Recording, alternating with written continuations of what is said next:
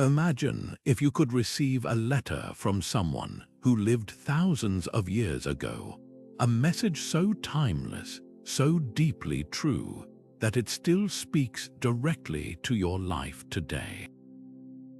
That's exactly what ancient proverbs are, condensed wisdom passed down through generations, like time-traveling messengers from our ancestors.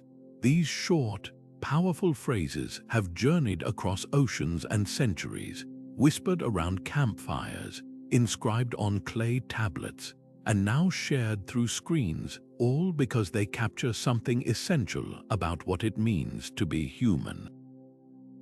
What's truly astonishing is how often modern science, especially psychology, is just now catching up to truths that cultures around the world have understood for millennia.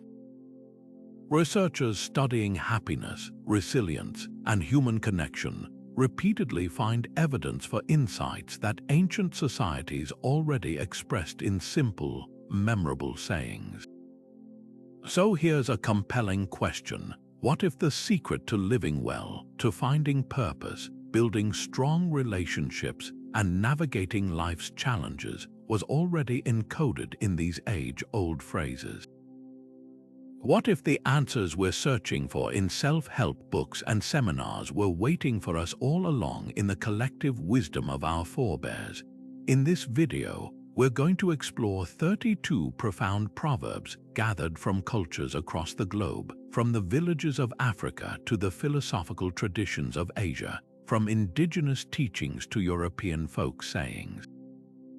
Each one reveals a universal truth about human nature, about how we relate to one another, and about what gives life meaning. But this isn't just a history lesson or a tour of quaint old sayings. These proverbs are practical, living guides, tools you can use right now to reflect, to grow, and to connect more deeply with yourself and others. Together, we'll unpack their layers of meaning, discover why they've endured for so long, and see how they apply to the complexities of modern life. This is an invitation to join a conversation that has been going on for thousands of years, a journey through the most enduring insights our species has ever produced. So settle in, open your mind, and let's explore the timeless wisdom that has shaped humanity's understanding of life itself.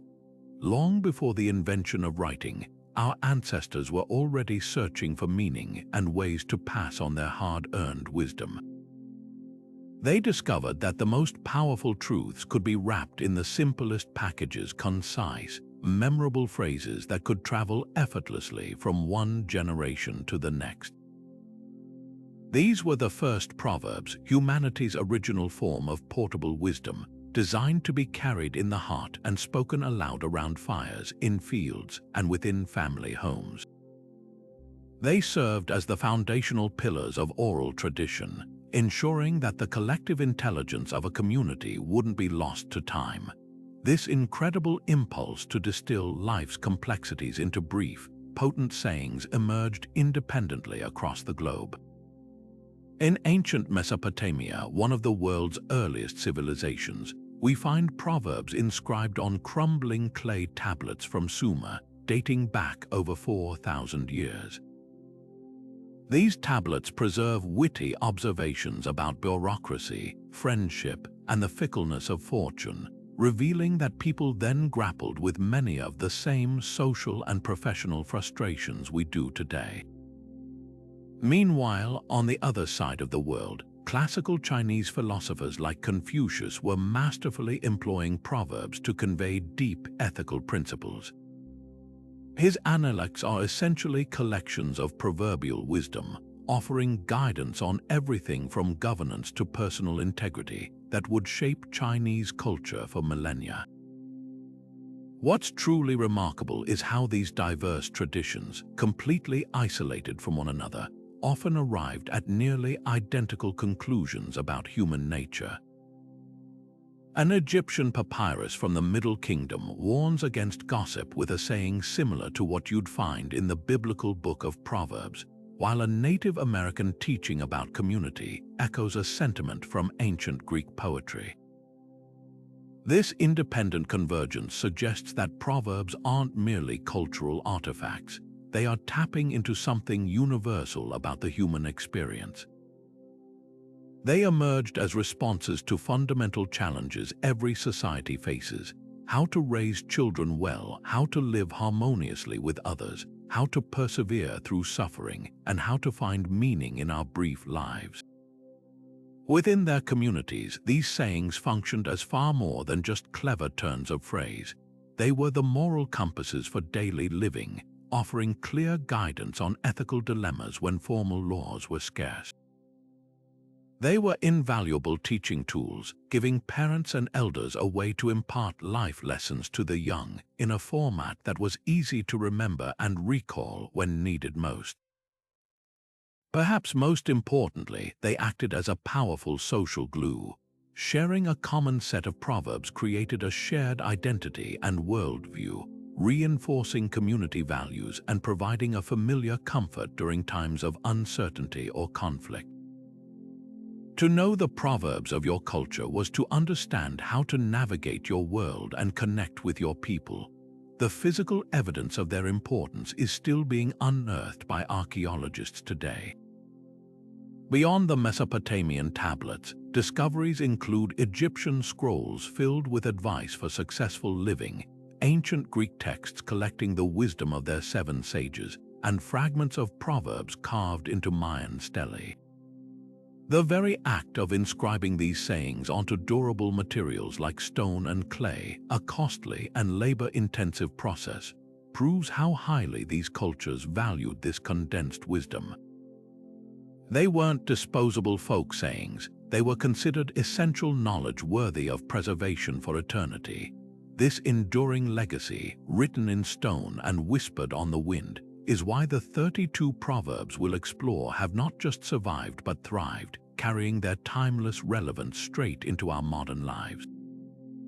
Now, as we marvel at this global tapestry of ancient wisdom, a truly fascinating question emerges. How is it that cultures separated by vast oceans and thousands of years, with no means of communication, somehow arrived at the exact same profound truths about life? This remarkable convergence is one of the most compelling mysteries of human existence. It suggests that beneath our surface differences of language, custom, and creed, there lies a deep, shared bedrock of human experience, a common understanding of what it means to navigate joy, sorrow, ambition, and relationships.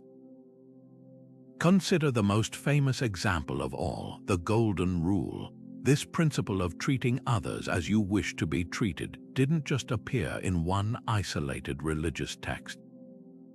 It emerges almost verbatim in the wisdom traditions of virtually every major culture on Earth. In ancient China, Confucius taught, "Do not do to others what you do not want done to yourself." 5 centuries earlier, a Zoroastrian sacred text from Persia stated, "That nature alone is good which refrains from doing unto another whatsoever is not good for itself." In classical Greece, Aristotle advocated for it, and in ancient Egypt, a principle from the story of the eloquent peasant advised, "Do for one who may do for you, that you may cause him thus to do." This identical idea appears in Hinduism, Buddhism, Jainism, Judaism, Christianity, Islam, and countless indigenous traditions. It's as if the human mind, when reflecting deeply on ethics and empathy, naturally arrives at this same foundational conclusion, regardless of where on the map that thinking occurs. This phenomenon extends far beyond a single rule. Think about the universal understanding that perseverance is essential for success. The Japanese proverb, "Fall 7 times, stand up 8, finds its echo in the Scottish saying, "If at first you don't succeed, try again." And the English adage, "Where there's a will, there's a way." Cultures that never interacted all recognize that resilience in the face of failure is a non-negotiable ingredient for achievement. Similarly, the danger of gossip is universally acknowledged. A Native American saying warns, "The tongue has no bones, but it is strong enough to break a heart." while the Bible cautions that a perverse person stirs up conflict and a gossip separates close friends.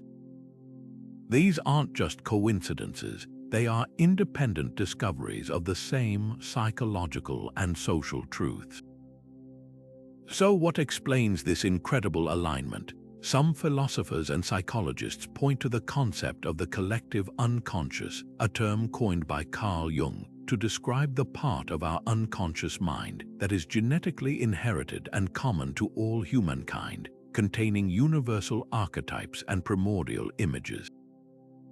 In simpler terms, it's the idea that we are all born with a shared psychological substrate, a kind of innate programming that guides us toward similar understandings of the world. Others explain it through the lens of shared human experience. Every culture, no matter how isolated, has to solve the same fundamental problems: how to raise children, how to resolve conflicts, how to cope with loss, and how to find meaning. It stands to reason that the most effective solutions, the wisest insights, would be discovered again and again, becoming crystallized in the memorable form of Proverbs. This universality doesn't erase our beautiful cultural diversity. Instead, it highlights the profound connections that make us a single human family. It suggests that our deepest truths are not owned by any one culture, but are the common inheritance of all people. When an ancient Chinese farmer and a medieval English monk land on the same insight about patience, or when an African elder and a Greek philosopher both understand the importance of community, they are giving voice to something fundamentally human. Recognizing this shared foundation allows us to appreciate these proverbs not as exotic artifacts from foreign lands, but as different dialects of a universal language of wisdom, each offering a unique accent on a truth we all instinctively recognize. This profound insight that every great undertaking starts with a simple beginning finds its origins in one of history's most influential texts. The saying, "A journey of 1,000 miles begins with a single step," comes to us from Lao Tzu's Tao Te Ching, a foundational work of Taoist philosophy composed in 6th century BC China. This was an extraordinary period of intellectual ferment known as the 100 Schools of Thought, when philosophers across China were wrestling with fundamental questions about how to live wisely in a world of constant change. Lao Tzu's contribution was revolutionary in its simplicity. He proposed that rather than fighting against life's currents, we should learn to flow with them, taking natural, unforced action.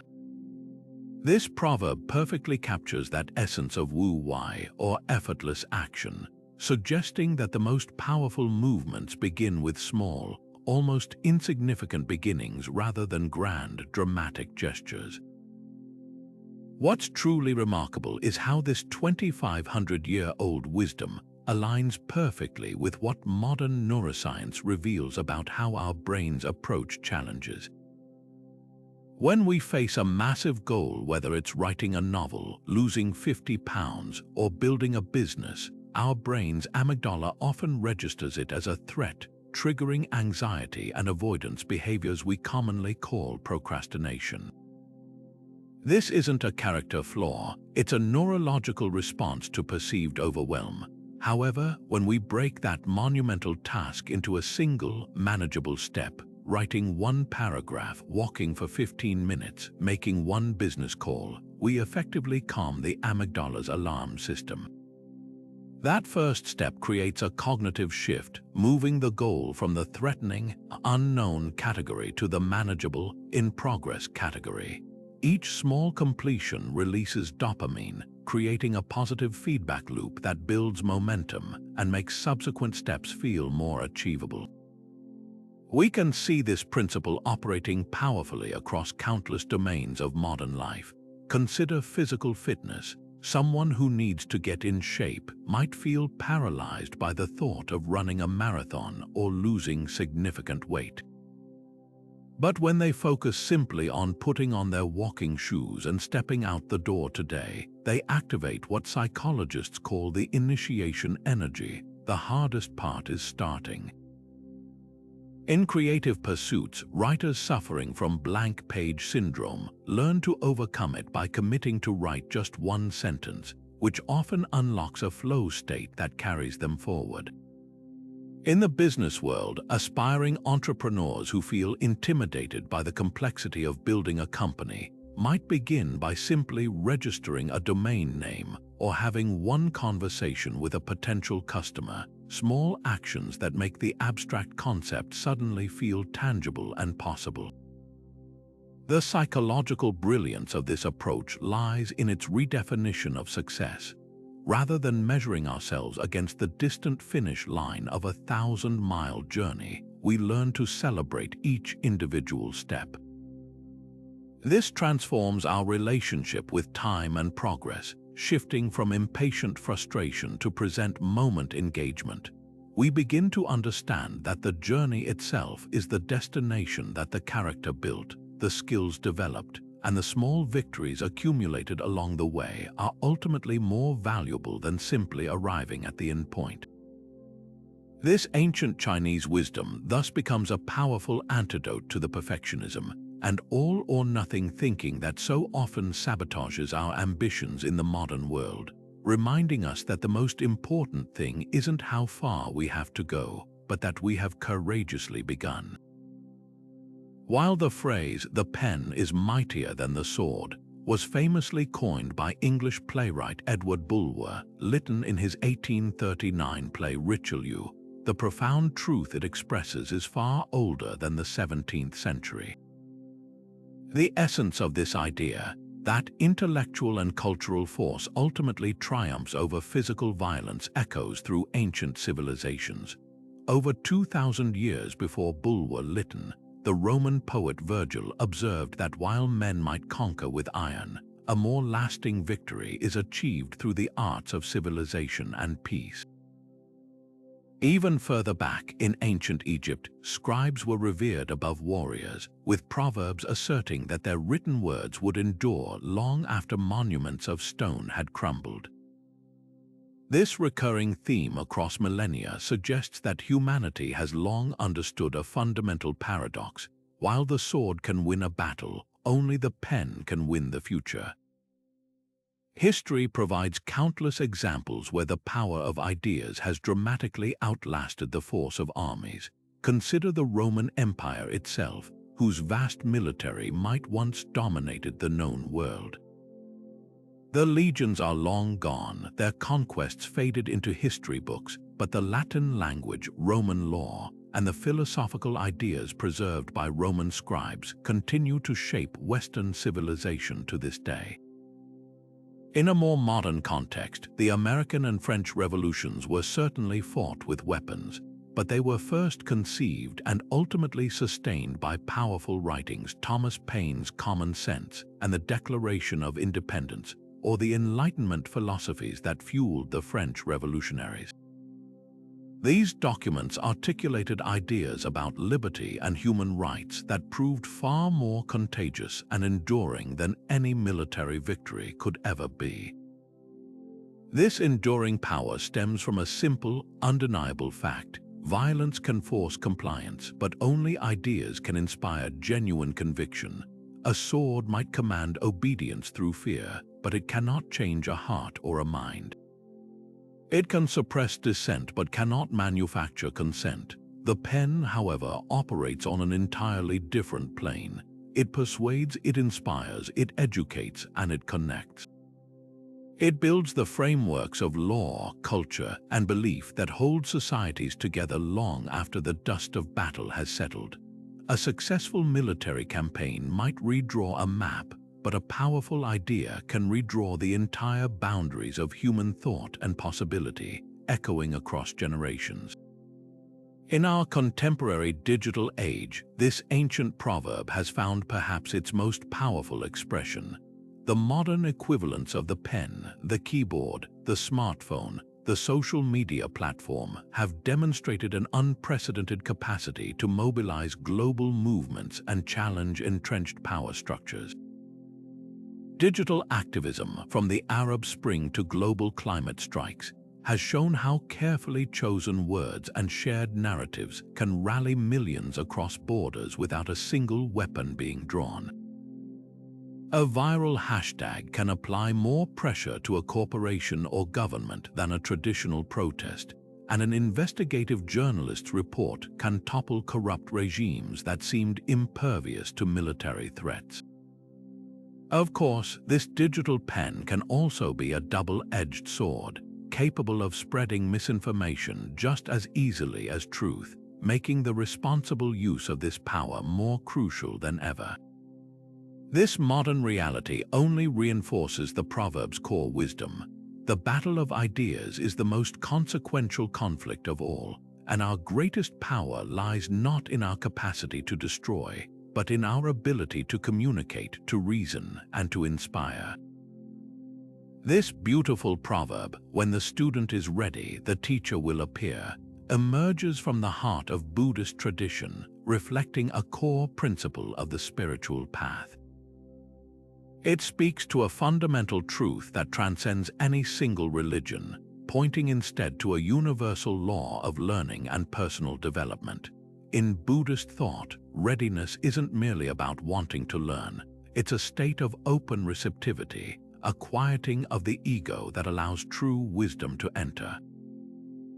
It suggests that the universe is abundant with teachers and lessons, but our ability to recognize and receive them depends entirely on our internal preparation.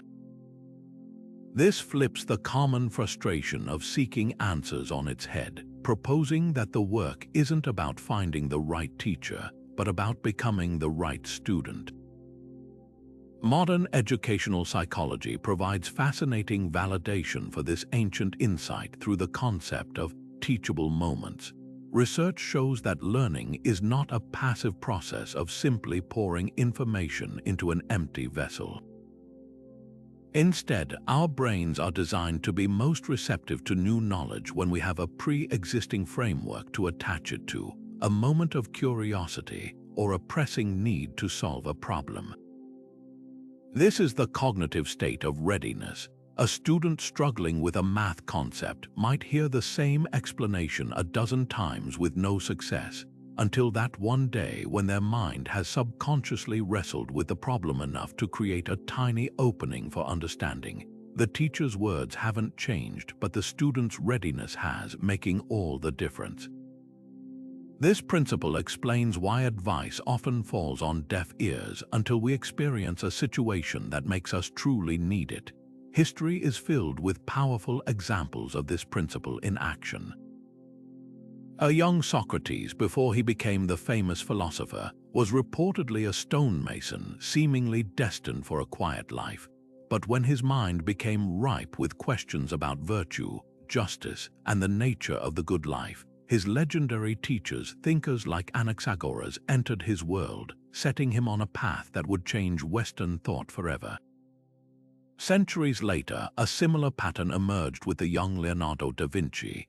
His innate, restless curiosity and honed observational skills in his early workshop years made him a vessel ready to be filled. When the opportunity for apprenticeship with the master Verrocchio arose, Leonardo was prepared to absorb every lesson on painting, sculpture, and engineering, transforming that readiness into genius. In both cases, the teachers didn't create the greatness. They met a readiness that was already there and helped it flourish. Ultimately, this proverb offers a profound sense of comfort and a call to intentional patience in our personal growth. In a culture that often prizes frantic searching and instant results, it invites us to shift our focus from an anxious outward quest for the perfect guru, course, or book to a calm inward preparation. It assures us that the right insights, mentors, and opportunities will cross our path not when we force them, but when we have done the inner work to be able to see them for what they are.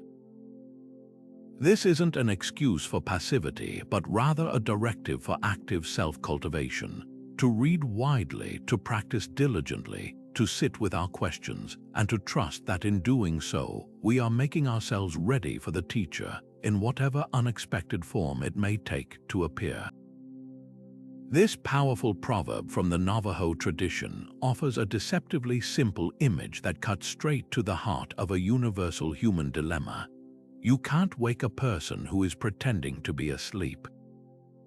On the surface, it speaks to the obvious futility of trying to rouse someone who is actively feigning slumber, but its deeper meaning serves as a profound commentary on willful ignorance, the conscious, often stubborn, choice to remain unaware of truths that might disrupt our comfort, challenge our beliefs, or demand change from us. The Navajo, or Dene, people developed a rich philosophical tradition deeply connected to harmony, balance, and right relationship with the world.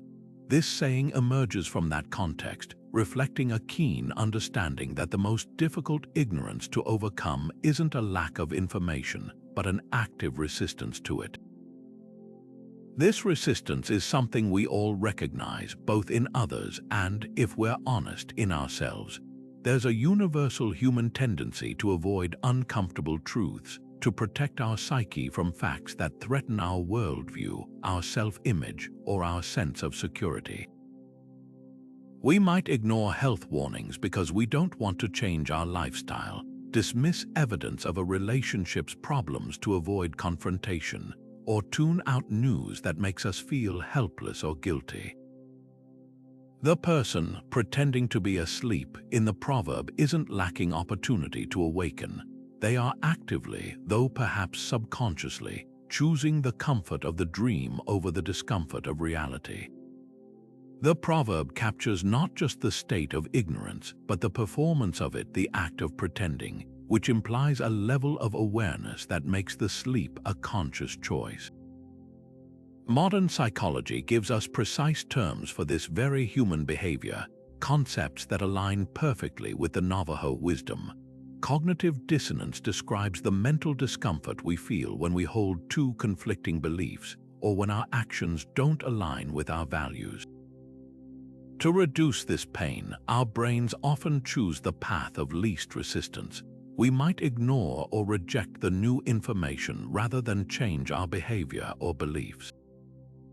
This is closely tied to confirmation bias, our tendency to seek out, interpret, and remember information that confirms what we already believe, while ignoring or discounting evidence that contradicts us.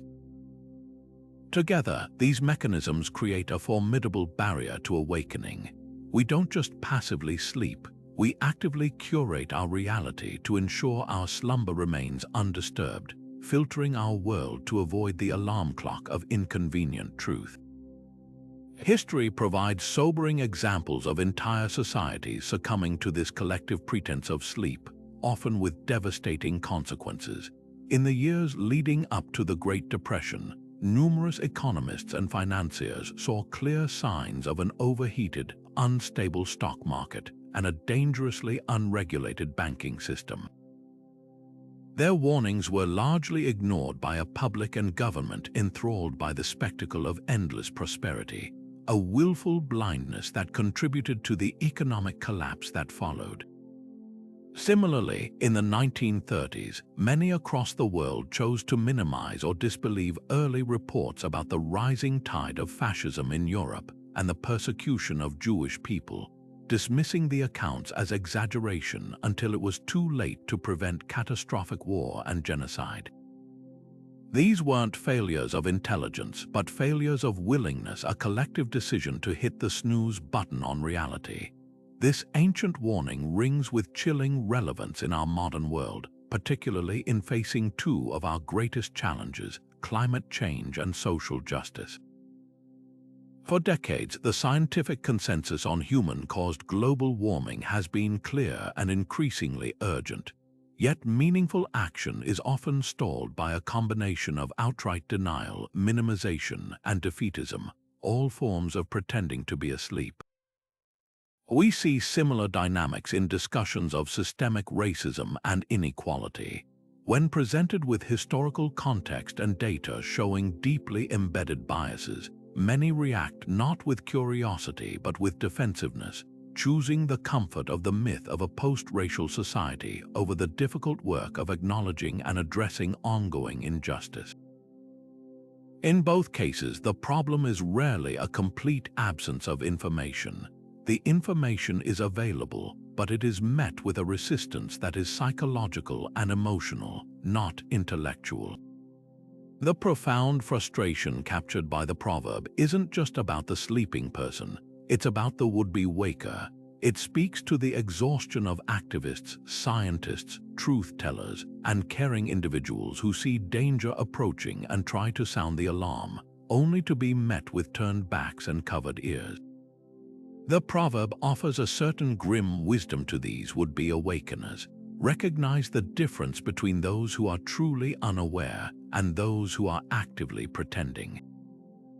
It suggests that pouring energy into trying to force awareness on someone committed to their own ignorance is as futile as shouting at a closed door. This isn't a counsel of despair, but rather a call for strategic wisdom.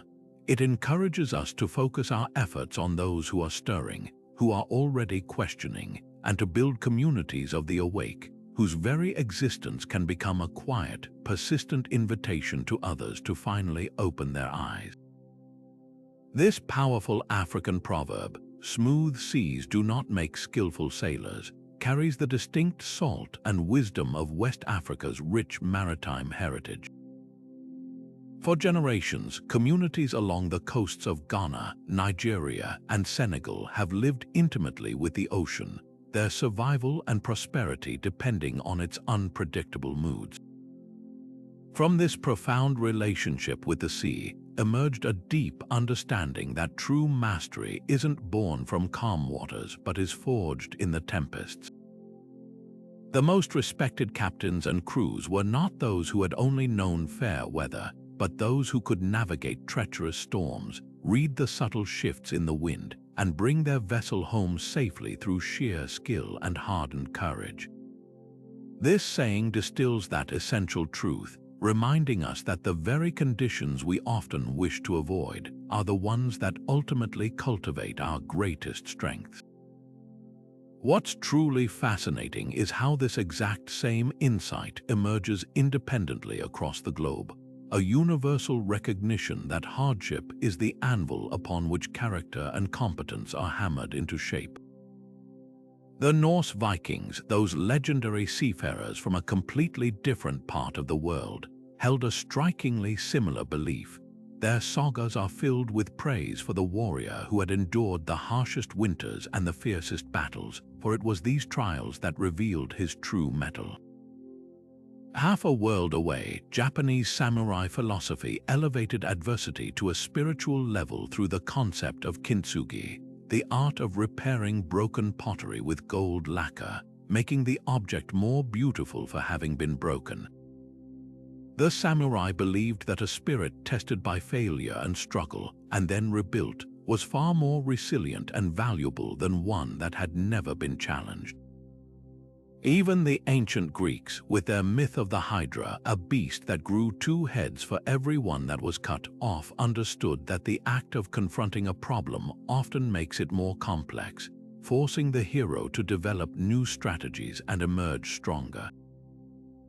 Modern psychology provides a powerful scientific framework for this ancient intuition through the well-documented phenomenon of post-traumatic growth. Researchers have found that while trauma and adversity can undoubtedly cause deep suffering, a significant number of people don't just return to their baseline, they actually grow in profound ways. They develop a greater appreciation for life, deeper and more meaningful relationships, a heightened sense of personal strength, new possibilities for their lives, and often a richer spiritual or existential understanding. This isn't about glorifying suffering, but rather recognizing our brain's remarkable neuroplasticity, its ability to rewire itself in response to challenge. Just as muscles tear and repair themselves to become stronger, our psychological resilience is built by navigating difficulty, not by avoiding it. We learn to regulate our emotions, solve complex problems, and tolerate distress precisely because we have been forced to practice these skills in the crucible of real-world struggle. History offers us countless inspiring examples of individuals whose greatest abilities were born from turbulent waters. Consider the story of Abraham Lincoln, whose path to the presidency was paved with a series of devastating personal and professional failures, business bankruptcies, electoral defeats, and profound personal loss. Each of these setbacks, rather than destroying him, honed his empathy, his political acumen, and his legendary perseverance, ultimately shaping him into the leader capable of guiding a fractured nation through its darkest hour. In the realm of science, we have Marie Curie, who conducted her groundbreaking research on radioactivity under incredibly difficult conditions, facing professional skepticism, financial hardship, and the immense personal challenge of being a woman in a male-dominated field. The very adversity that could have halted her work instead fueled her relentless focus and determination, leading to discoveries that changed the world. These lives stand as powerful testaments to the Proverbs' truth, demonstrating that the skills we acquire while weathering our storms become the very tools that allow us to achieve our greatest purposes. This wisdom extends far beyond the individual, offering a crucial lens through which to view the development of entire societies and cultures. Nations that have faced collective hardships, whether natural disasters, economic depressions, or periods of social upheaval, often develop a unique resilience, a shared cultural grit, and innovative problem-solving capacities that become embedded in their national character. The collective memory of navigating past crises provides a roadmap and a source of strength for confronting new challenges. This ancient African insight, therefore, is not a call to seek out suffering, but a profound reassurance. It reminds us that the rough seas we inevitably encounter are not merely obstacles to be survived. They are the necessary training grounds that equip us with the skill, the wisdom, and the unshakable confidence to sail farther than we ever thought possible. This powerful proverb from the Shona people of Zimbabwe, "The axe forgets, the tree remembers," offers one of the most piercing insights into the asymmetric nature of harm ever conceived. It presents a simple, devastating image. The axe, the instrument of violence, swings and moves on to its next task without a second thought, its metal blade unchanged and unmarked by the act. But the tree, the living recipient of the blow, carries the gash forever, its growth forever shaped around the wound, the scar tissue a permanent record of the strike. This is not just our observation about forestry. It is a profound metaphor for the fundamental difference in experience between the one who inflicts pain and the one who endures it. The Shona, with their deep connection to the land and community, understood that harm is not a transaction with a clean ending, but an event that creates two entirely different and enduring realities. This dichotomy plays out in the most intimate corners of our lives. In a fractured friendship, the person who offered a cruel remark in a moment of anger may apologize and genuinely forget the incident by the next day, the memory fading like any other minor disagreement. But for the person on the receiving end, those words can echo for years, becoming a recurring source of insecurity and doubt, a story they tell themselves about their own worth. Within families, a parent's harsh criticism, intended as a one-off moment of discipline, can become a core memory for a child, shaping their self-perception long into adulthood, while the parent may have no recollection of the event at all. The axe moves on to the next tree. The tree grows around the notch. This universal experience explains why conflicts so often feel irresolvable. The two parties are not just disagreeing on a point. They are operating from completely different historical records, one short and the other agonizingly long. Modern psychology provides the scientific vocabulary for this ancient wisdom, particularly through the study of emotional memory and trauma retention. Our brains are not neutral recording devices. They are meaning-making organs that prioritize and encode memories based on their emotional charge. A painful event triggers a flood of stress hormones like cortisol and adrenaline, which act as a highlighter for the memory, etching it deeply into our neural pathways, particularly in the amygdala, the brain's fear center. This is an evolutionary survival mechanism. Remembering what hurt us helps us avoid future danger. For the perpetrator, the act may be a low-emotion event, a simple action without significant neural tagging, making it easily forgotten. For the victim, it is a high-alarm event burned into memory with vivid sensory detail. This biological reality means that telling someone to just get over it or forgive and forget is like telling them to rewrite their own neurology. The tree cannot unremember the axe. On a historical scale, this proverb illuminates the deep, generational wounds that shape international relations and cultural identities. The legacy of colonialism provides a stark, macro-level example. For the colonial powers, the era of empire might be a chapter in a history book, a period of national expansion that has since been concluded. But for the colonized nations, the experience was a series of deep, enduring gashes. The forced extraction of resources, the suppression of languages and cultures, the imposition of arbitrary borders that fueled ethnic strife. These are not forgotten historical events. They are living, breathing realities that continue to influence economic disparities, political instability, and social trauma passed down through generations. The tree remembers. Similarly, the transatlantic slave trade is not a closed historical period for the descendants of those enslaved.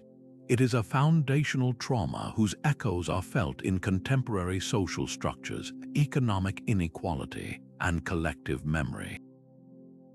The axe in these cases may have moved on, but the forest is still shaped by its ancient blows. This enduring relevance makes the Shona proverb an essential tool for empathy and conflict resolution in our modern world, from personal apologies to international diplomacy. It calls on the axe, whether an individual, a group, or a nation, to practice the humility of understanding that their perception of an event is inherently limited. A true apology cannot be based on one's own memory of the incident, but must actively seek to understand the lasting impact it had on the other. It requires listening to the story of the scar, not just recalling the swing. This wisdom urges us to move beyond a simplistic view of justice that assumes time erases all, and toward a more nuanced recognition that some wounds become part of the landscape of a life or a people. Healing, then, is not about pretending the gash was never made, but about acknowledging its permanent presence and finding ways to grow together in a way that honors the resilience of the tree that still stands. Emerging from the disciplined world of the samurai and the serene depths of Zen Buddhism, the Japanese proverb, "Fall 7 times, stand up 8, offers a masterclass in the art of perseverance. For the samurai, a warrior class that ruled Japan for centuries, this wasn't merely a motivational phrase, it was a core tenet of their code, known as Bushido. In their worldview, defeat was not defined by a lost battle, but by the refusal to rise and face the next challenge. A true warrior's strength was measured not by an unbroken record of victories, but by their unwavering spirit in the face of repeated, humbling setbacks. Zen Buddhism, which deeply influenced samurai philosophy, reinforced this idea through its emphasis on mindfulness and non-attachment. It taught that failure is not a permanent stain on one's character but a transient event, a moment in time to be acknowledged, learned from, and then released. To stand up for the eighth time is to practice a form of spiritual resilience, understanding that each fall is simply part of the path to mastery, not a deviation from it. What is truly captivating is how this specific formulation of resilience finds echoes in wisdom traditions across the globe, revealing a universal human understanding that success is often a direct product of persistence. The Scottish saying, "If at first you don't succeed, try again," carries the same pragmatic, dogged determination. In Jewish teachings, the value of continuous effort is deeply embedded, with the Talmud advising that it is not your responsibility to finish the work, but you are not free to desist from it either. A powerful call to engage in endless effort regardless of the perceived likelihood of completion. Even the ancient Greek storyteller Aesop captured this in his fable of the tortoise and the hare, where slow, steady, and unwavering progress triumphs over fleeting speed and arrogance.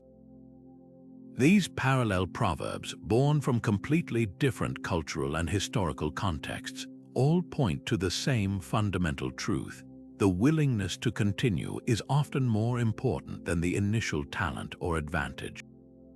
This ancient intuition is now powerfully validated by modern psychological research, particularly in the concepts of grit and growth mindset. Pioneered by psychologist Angela Duckworth, grit is defined as passion and perseverance for long-term goals. Her research consistently shows that this ability to sustain effort and interest over years despite failure, adversity, and plateaus in progress is a more reliable predictor of success than IQ or innate talent. This aligns perfectly with the stand-up 8 mentality. Furthermore, the work of Carol Dweck on mindset provides the underlying cognitive framework. A fixed mindset believes that abilities are static, leading to a desire to look smart and a tendency to avoid challenges for fear of failure. A growth mindset, however, thrives on challenge and sees failure not as evidence of unintelligence but as a heartening springboard for growth and for stretching our existing abilities. The individual who stands up for the 8th time is the ultimate embodiment of a growth mindset, viewing each fall not as a verdict but as a lesson. History provides us with a magnificent tapestry of figures whose lives were a living testament to this principle. Thomas Edison's journey to invent the practical incandescent light bulb is a classic example. He famously reframed his thousands of unsuccessful attempts not as failures, but as discoveries of thousands of ways that didn't work, each one bringing him closer to the solution.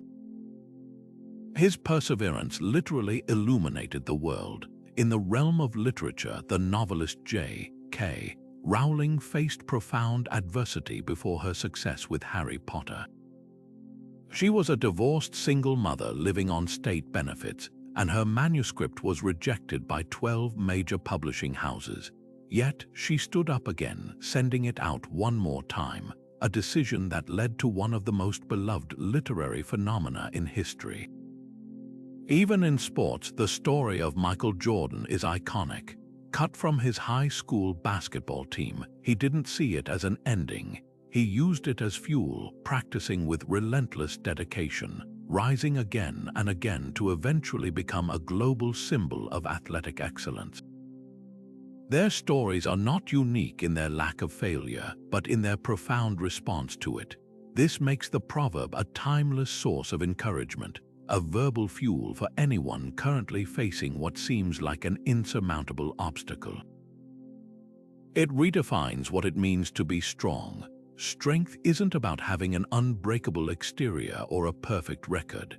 It's about having a heart and a will that knows how to mend itself, that understands the rhythm of falling and rising. It speaks to the student struggling with a complex subject, to the entrepreneur facing another setback, to the artist receiving another rejection, to anyone healing from a personal loss.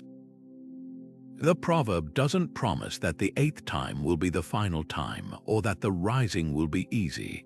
Instead, it offers a more profound promise that with each conscious decision to stand back up, we are not just moving closer to our goal, we are fundamentally transforming ourselves into the kind of person who is capable of achieving it. The victory is not just in the outcome, but forged in the very act of rising. A single bracelet does not jingle. This beautiful Congolese proverb offers a simple, elegant metaphor for one of humanity's most fundamental truths, that we are designed for connection and that our greatest achievements are never solo performances, but symphonies of collective effort.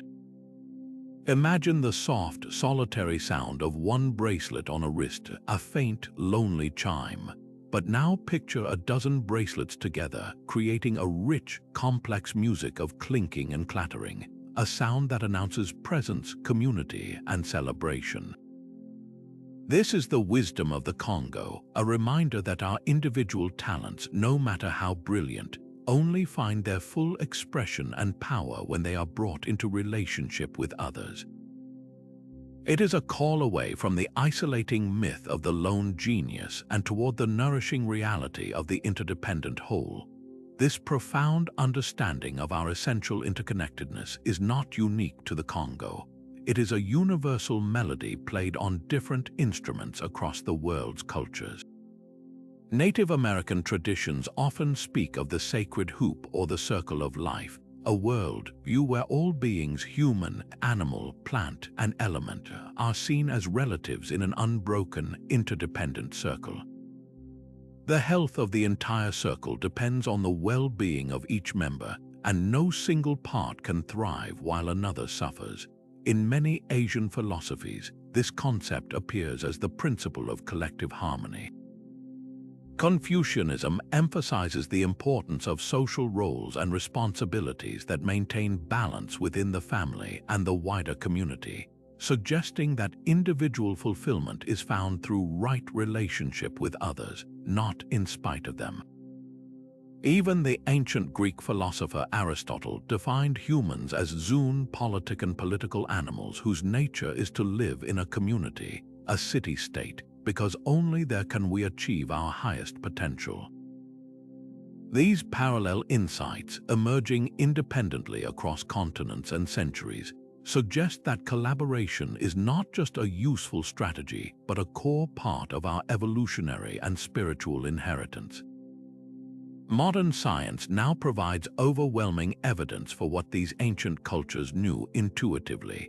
Psychological research consistently shows that social connection is as fundamental a human need as food or water. Isolation and loneliness are not just emotionally painful, they are physically damaging, linked to increased risks of inflammation, heart disease, and cognitive decline. Conversely, strong social bonds are one of the strongest predictors of longevity and happiness.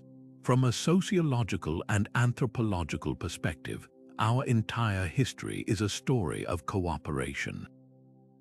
Our ancestors did not survive the African savanna by being the fastest or strongest individuals, but by forming bands that could hunt, gather, and protect each other more effectively.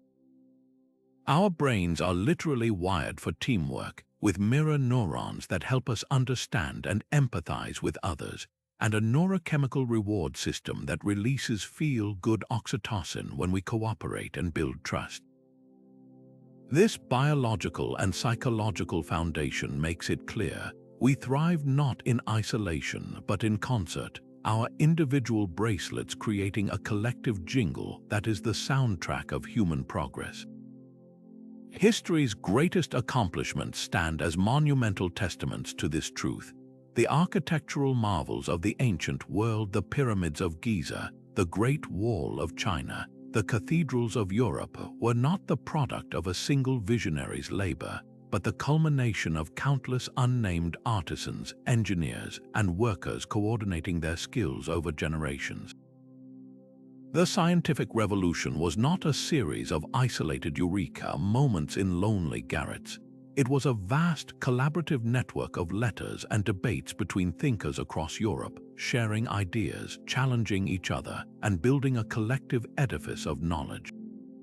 Even the digital age, which we often attribute to lone geniuses in Silicon Valley garages, was fundamentally a collaborative effort.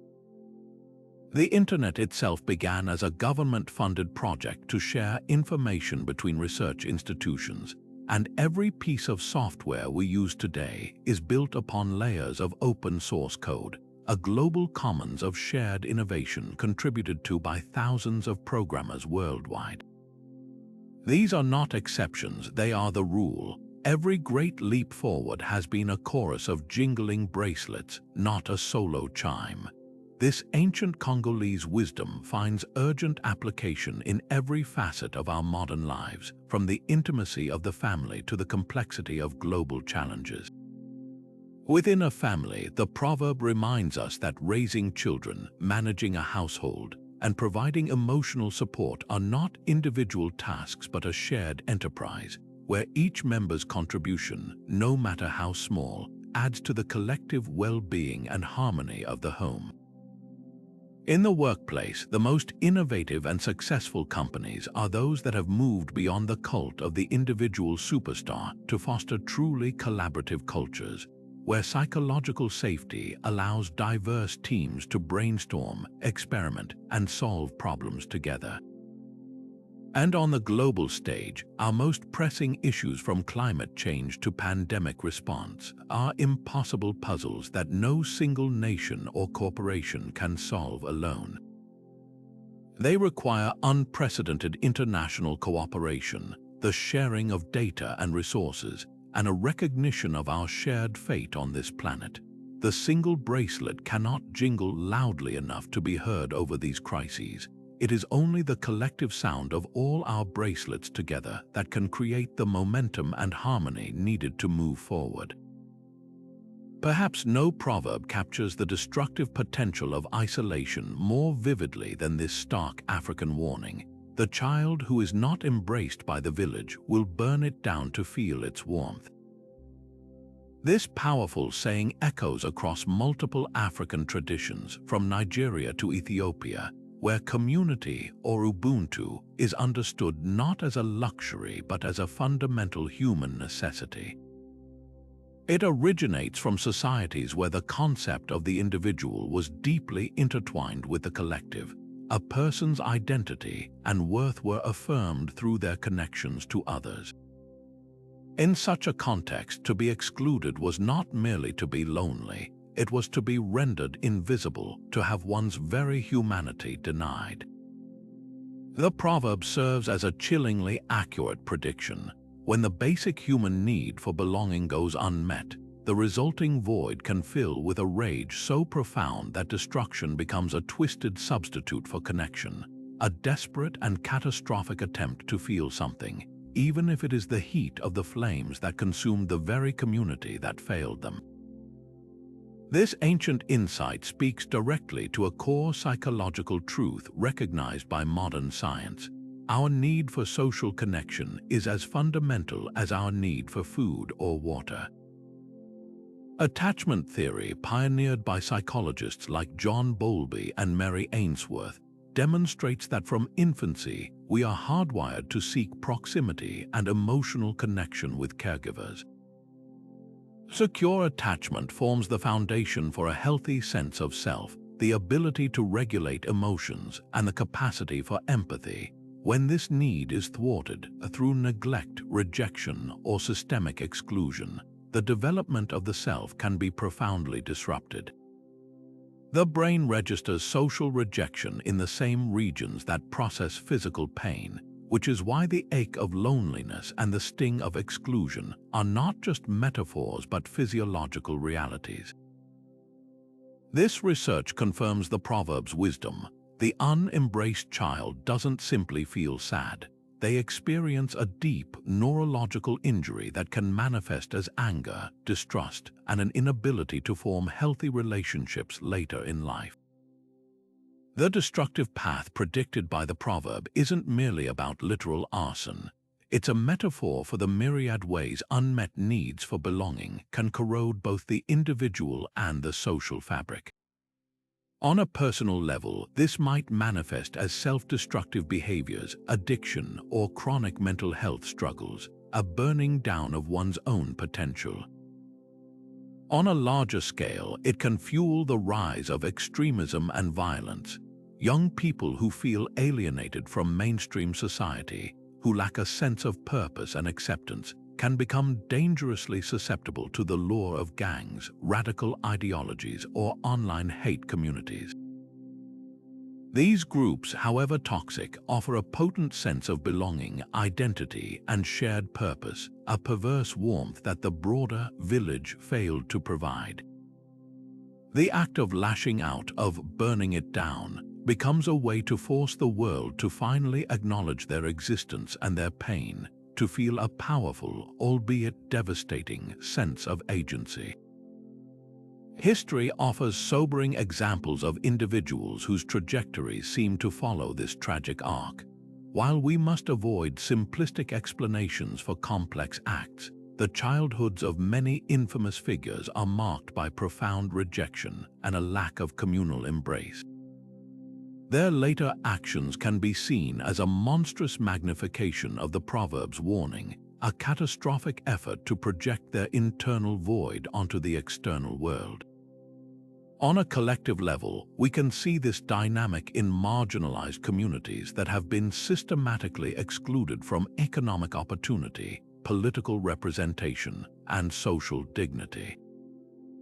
When entire groups are denied the warmth of the village embrace through policies of segregation, economic disinvestment, or cultural erasure, the resulting social unrest and upheaval are not mindless violence but a desperate, albeit destructive, cry for recognition and a place at the communal fire. This makes the proverb terrifyingly relevant to our modern world, which is often characterized by unprecedented levels of loneliness and social fragmentation. In an age of digital connection and physical isolation, where traditional community structures have weakened, many people, especially young men, report feeling profoundly disconnected and without a sense of purpose. The urgent challenge for our contemporary village, which includes families, schools, neighborhoods, and online communities, is to proactively widen the circle of embrace. This means moving beyond tolerance to active inclusion, creating spaces where every person feels seen, valued, and offered a meaningful role. It means investing in mental health support, mentoring programs, and community centers that can catch those who are falling through the cracks. The African elders who first uttered this warning understood something we are still learning. The safety and stability of the entire village depend on its willingness to warm every child by its fire, for a forgotten ember can ignite a conflagration that consumes everyone. This profound insight from medieval Moorish culture captures a truth that resonates deeply in our interconnected world. During the golden age of Islamic civilization in Al-Andalus, the Moors created a society where scholars, traders, and travelers moved freely across continents, from the markets of Marrakech to the libraries of Baghdad. In this vibrant crossroads of cultures, they observed that those who never ventured beyond their own village remained prisoners of their limited perspective, unable to truly understand human nature in its full spectrum. The proverb suggests that travel isn't merely about seeing new places, it's about encountering different ways of being human, and in doing so, developing a more nuanced appreciation for both our differences and our shared humanity. It's through this direct exposure that we learn to value people not as stereotypes or abstractions, but as complex individuals shaped by their own unique cultural contexts. This Moorish wisdom finds remarkable parallels in other great intellectual traditions that recognized travel as education. The ancient Greek historian Herodotus, often called the father of history, spent years traveling through the Persian Empire, Egypt, and beyond, meticulously documenting the customs and beliefs of diverse peoples. He argued that to understand one's own culture properly, one must first step outside it and view it from the perspective of others. Around the same period in China, the great philosopher Confucius himself stated that a man who didn't travel far would inevitably remain narrow-minded. Chinese travel writers like Faxian and Xuanzang, Buddhist monks who journeyed for years along the Silk Road to India, documented their experiences not as mere adventure tales but as essential spiritual and intellectual quests. Their writings became foundational texts, expanding China's understanding of the world beyond its borders and demonstrating how encountering difference could deepen one's own wisdom. Modern psychological research has now caught up with this ancient intuition, providing robust evidence for why travel indeed expands our understanding of human value. The contact hypothesis, first developed by psychologist Gordon Allport, demonstrates that under the right conditions, equal status, common goals, cooperation, and institutional support, direct interaction between different groups significantly reduces prejudice and breaks down stereotypes. Neuroscientific studies using fMRI technology show that exposure to diverse cultures actually enhances cognitive flexibility, making our brains more adept at switching between perspectives and solving complex problems. This isn't just about reducing negative attitudes, it's about building what psychologists call cultural intelligence, the ability to function effectively across various cultural contexts. This research confirms that the Moorish proverb is more than poetic wisdom. It describes a neurological and psychological reality where cross-cultural experiences literally rewire our brains for greater empathy and understanding. History offers powerful examples of individuals whose worldviews were fundamentally transformed through their travels. Consider the journey of Ibn Battuta, the 14th-century Moroccan scholar who spent 30 years journeying across Africa, the Middle East, India, and China.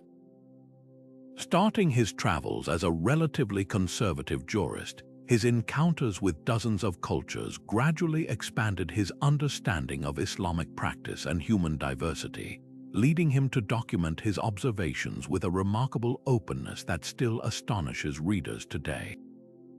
Centuries later, the Japanese embassy to the United States in 1860 transformed their nation's trajectory. These samurai officials, initially viewing Westerners as barbarians, had their prejudices dismantled through direct exposure to American technology, education, and social customs.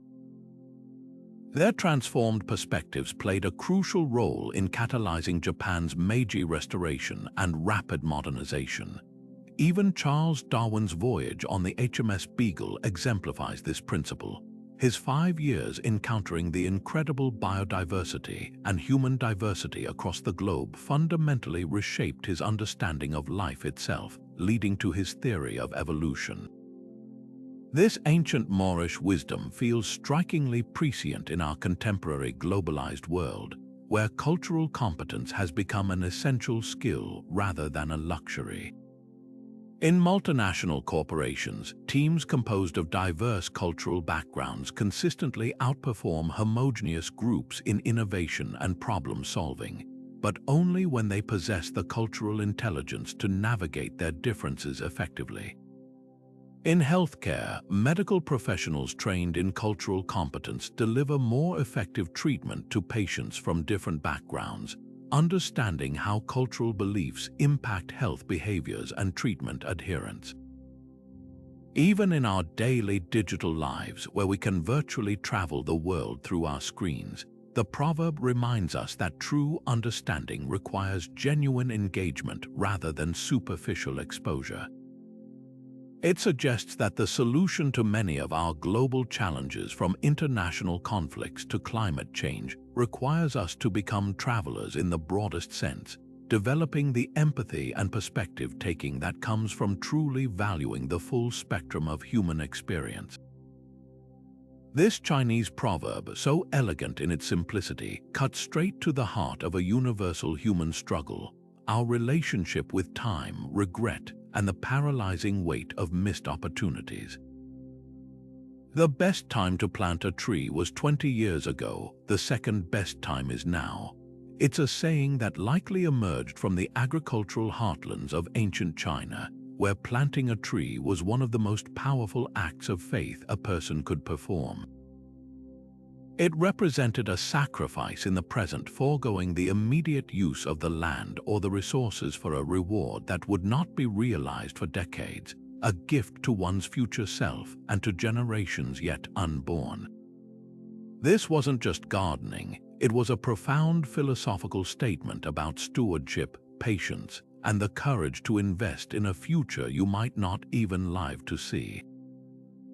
This ancient wisdom speaks directly to a well-documented bug in our human operating system, something behavioral economists and psychologists call present bias.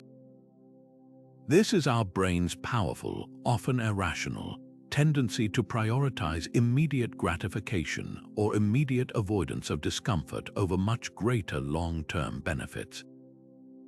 Our brains are wired to see the distant future as abstract and hazy, while the present is vivid and demanding. Procrastination is the most common symptom of this bias. We know that starting a savings plan, learning a new skill, or improving our health will pay enormous dividends later, but the effort required now feels so much more real and daunting than the abstract reward of tomorrow. The first part of the proverb, "The best time was 20 years ago," honestly acknowledges the pang of that regret. It doesn't dismiss it or sugarcoat it. Instead, it uses that very feeling of having missed the boat as the perfect setup for its liberating conclusion. The second best time is now. It reframes regret not as a life sentence of failure, but as a powerful motivator for immediate action. We can see the monumental consequences of this principle playing out across the grand stage of human history. Civilizations that embraced this long-term, tree-planting mindset often built legacies that endured for centuries. The vast network of aqueducts and roads constructed by the Roman Empire required staggering initial investment and labor, but they became the arteries of commerce and administration that held the empire together for hundreds of years. Conversely, history is also littered with the ruins of societies that fell into the trap of short-term thinking. The classic example is the tragic story of Easter Island, where a thriving civilization, according to prevailing theories, allegedly depleted its precious palm trees for short-term needs like moving massive stone statues, ultimately deforesting their island and triggering their own ecological and societal collapse. They were unable to see that the last tree they cut down was not just another resource, but the very foundation of their future survival. This makes the proverb not just a personal productivity hack, but a crucial piece of wisdom for the most pressing challenge of our modern era, environmental sustainability. The parallels are stunningly direct. The best time to transition to renewable energy, to protect old-growth forests, and to curb carbon emissions was indeed decades ago. We are living with the consequences of that inaction. Yet, the proverb's urgent message is that succumbing to despair or resignation is the ultimate failure. The second best time right now is still available to us. Every policy that protects a watershed, every investment in green technology, and every community garden planted is an act of faith, a tree planted for a future shade we are choosing to believe in. On a personal level, this ancient Chinese insight is a powerful antidote to the inertia of regret. It tells the 50-year-old that it's not too late to go back to school, the smoker that it's not too late to quit, and the aspiring artist that it's not too late to pick up a brush. It liberates us from the tyranny of the past by focusing all our agency on the one moment we can ever truly control, the present one. The tree you plant today may not provide the deep shade of one planted 20 years ago, but it will eventually provide shade nonetheless, and that is infinitely better than the barren landscape of inaction. This powerful Greek proverb offers one of the most beautiful and selfless visions of societal health ever conceived. It imagines a culture's greatness measured not by its monuments or military conquests, but by the simple, humble act of an elderly person planting a sapling, fully aware that they will never enjoy the comfort of its mature shade. This image emerged from the heart of Athenian democracy, a revolutionary system that asked its citizens to think beyond their own immediate interests and consider the good of the polis, the city-state itself. Civic virtue wasn't just about obeying laws, it was about actively contributing to a community that would outlive you, investing in a future you would never see. This proverb distills that entire philosophy into a single, enduring act of generosity, framing true patriotism not as a fiery, flag-waving passion, but as a quiet, deliberate commitment to those who will come after.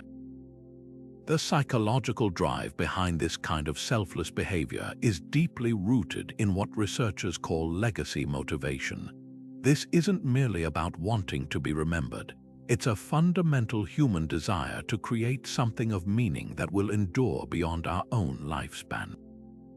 Studies show that when people are prompted to think about their own mortality, a concept known as mortality salience, they don't always respond with fear or selfishness.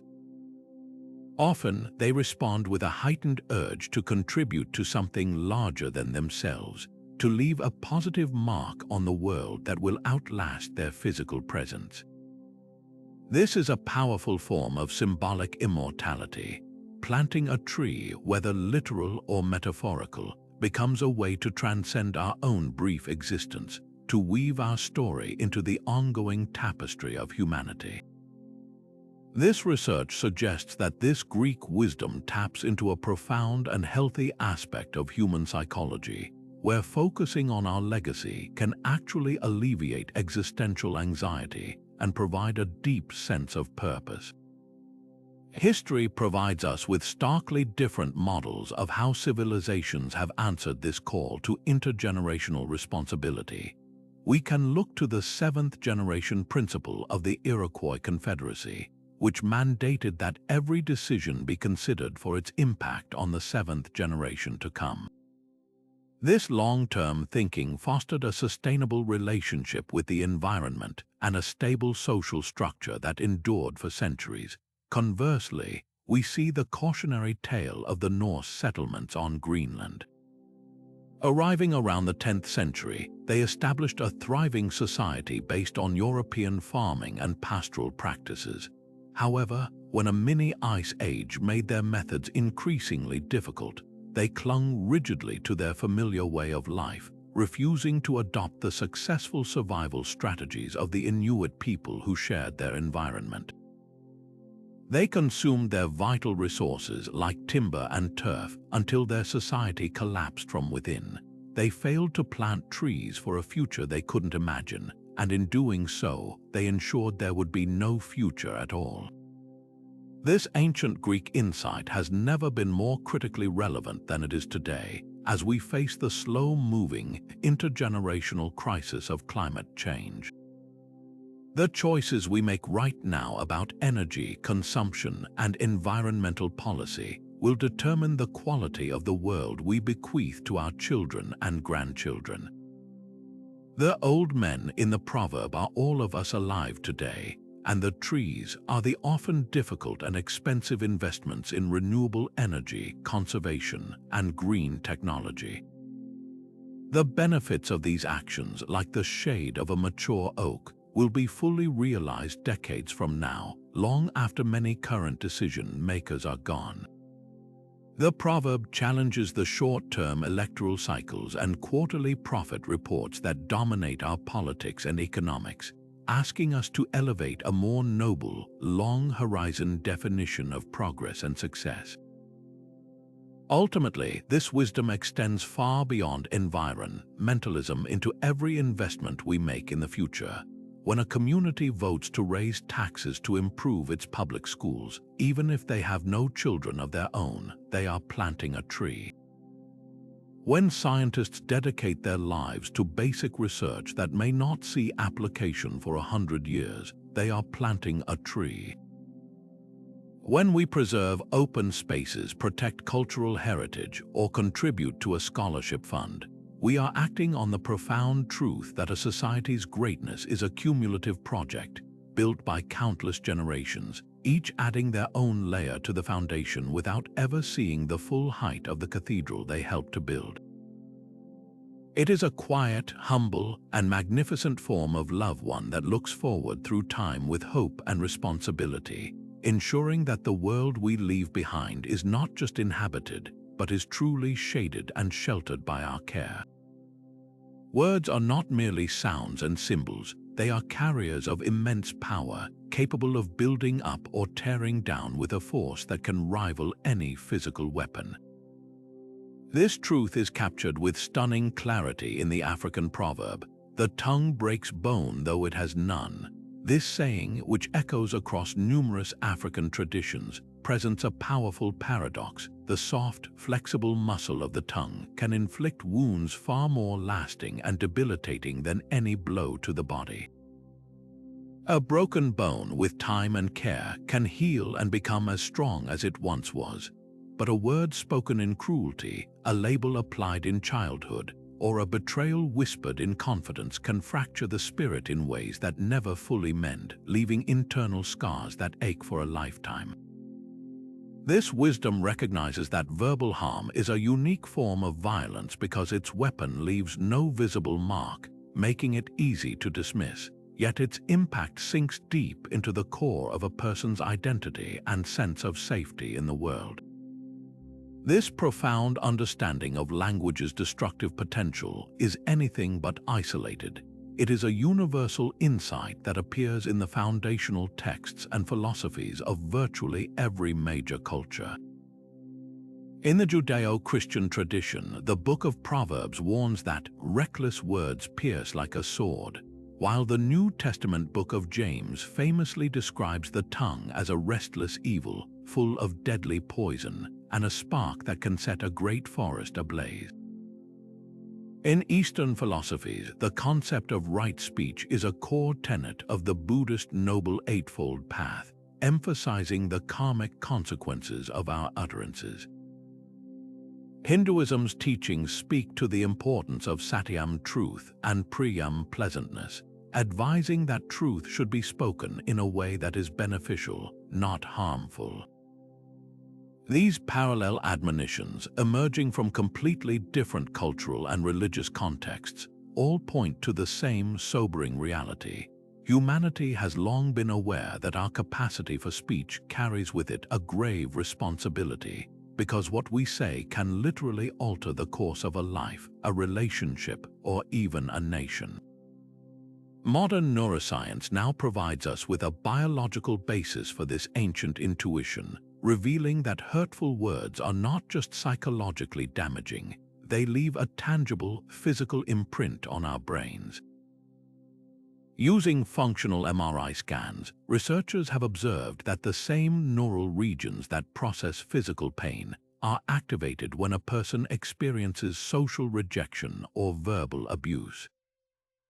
A cutting remark or a humiliating put-down triggers an alarm in the brain's anterior cingulate cortex, the very area that responds to a slap or a burn.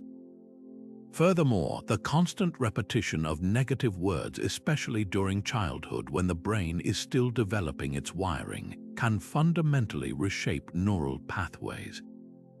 A child consistently told they are stupid, lazy, or a disappointment will have those messages hardwired into their self-concept, creating an internal narrative that can dictate their choices and limit their potential for decades.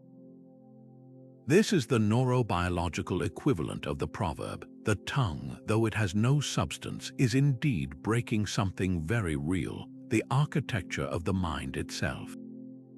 The emotional wounds inflicted can create a state of hypervigilance and anxiety, conditioning a person to expect hurt from others, thereby impacting their ability to form healthy, trusting relationships. History offers us tragic examples of how careless or malicious speech has ignited conflicts with devastating consequences. The inflammatory rhetoric of demagogues and propagandists has often served as the kindling for violence. In the years leading up to the Rwandan genocide, radio broadcasts systematically dehumanized the Tutsi minority, repeatedly referring to them as cockroaches over the airwaves. This wasn't just name-calling, it was a deliberate verbal campaign to break down the natural human aversion to killing, making the unthinkable seem permissible. The words themselves became weapons that paved the way for unimaginable physical violence. On a more personal yet equally powerful scale, consider the healing potential of thoughtful communication in the aftermath of such trauma. South Africa's Truth and Reconciliation Commission, chaired by Archbishop Desmond Tutu, was fundamentally an exercise in the power of words. It provided a platform for victims to speak their truth and for perpetrators to confess their actions. This process, as painful as it was, utilized speech not as a weapon to break, but as a tool to mend, demonstrating that the same tongue that can shatter can also, when used with courage and compassion, begin the difficult work of rebuilding shattered bones and spirits. This enduring relevance makes the proverb an essential guide for our modern era, where words are transmitted globally and instantaneously with unprecedented speed and permanence. In the realm of personal relationships, this ancient African wisdom calls us to a higher standard of awareness. It asks us to pause before we speak in anger, to consider the weight of our criticisms, and to understand that an apology can often mend a broken bone of the spirit more effectively than any plaster cast. In our public discourse, particularly on social media platforms, the proverb serves as a crucial warning. The anonymity and distance of digital communication can make it easy to forget that our words are landing on real people with real feelings, capable of inflicting real pain. A thoughtless tweet, a vicious comment, or a malicious rumor can spread like that biblical fire, causing profound damage to reputations and mental health. The proverb doesn't advocate for silence, but for mindful speech, for using our incredible power of language to build bridges of understanding rather than walls of division, to affirm rather than assault, and to heal the many fractures that exist in our world, one careful, compassionate word at a time. This timeless African proverb, which surfaces in various forms across the continent from Ghana to Kenya, presents a brilliant and enduring paradox about human endeavor. It recognizes two distinct types of strength: the raw, explosive power of the individual and the deep, sustained power of the collective. The first path, going fast and alone, speaks to the undeniable advantage of singular focus. Unencumbered by the need for consensus or compromise, a lone individual can make swift decisions, pivot instantly, and pour all their energy into a single objective without distraction. This is the way of the solo pioneer, the visionary artist, or the emergency responder who must act immediately. Yet for all its speed, this approach has a fundamental limitation. It is ultimately unsustainable. A single runner may sprint ahead of the pack, but they cannot maintain that blistering pace indefinitely. Eventually, they will tire, burn out, or encounter an obstacle too great for one pair of hands to overcome. The origins of this wisdom are almost certainly rooted in the very fabric of early human survival, within the hunting and gathering societies that shaped our evolution. In these communities, the entire group's existence hinged on a delicate balance between these two modes. A lone hunter, relying on their own stealth, skill, and speed, might successfully bring down a small antelope, providing a quick meal for the day. This individual initiative was celebrated and necessary. However, the truly monumental achievements that ensured long-term survival, like hunting a massive buffalo, defending the village from a rival group, or migrating across treacherous terrain to a new seasonal home, required the coordinated effort of the entire tribe. Success in these endeavors depended on a complex web of roles: scouts, spear throwers, drivers, and processors, all working in concert. The speed of the individual was valued, but the distance covered by the group was what truly mattered. This ancient, hard-won understanding that deep resilience is a collective project is encoded into the very DNA of this proverb. Modern organizational psychology and business strategy have devoted immense research to understanding this dynamic, and their findings overwhelmingly confirm the ancient African insight. Studies on teamwork effectiveness consistently show that while a single brilliant mind might devise a solution quickly, a diverse team will almost always develop a more robust, innovative, and well-rounded solution. The friction of collaboration, the debates, the challenges, the integration of different perspectives slows the process down considerably, but it ultimately results in a stronger outcome that is less vulnerable to blind spots and unforeseen complications. This is why the most successful modern companies, even those built by iconic solo founders, inevitably evolve into team-based structures. They realize that scalable, enduring growth cannot be built on the shoulders of one person alone. It requires the distributed strength, varied skills, and shared commitment of a united group moving toward a common horizon. History's most awe-inspiring achievements stand as permanent monuments to the truth of going far together. The great medieval cathedrals of Europe, like Notre Dame or Chartres, were not the product of a single architect's lifetime. Their construction spanned over a century, requiring the coordinated labor of thousands of stonemasons, carpenters, glassmakers, and laborers, each generation training the next, each artisan adding their piece to a grand vision they themselves would never see completed. This was the ultimate act of collective faith and endurance. Similarly, the modern civil rights movement, while often symbolized by the powerful voice of Dr. Martin Luther King Jr., was a vast and intricate tapestry of collective action.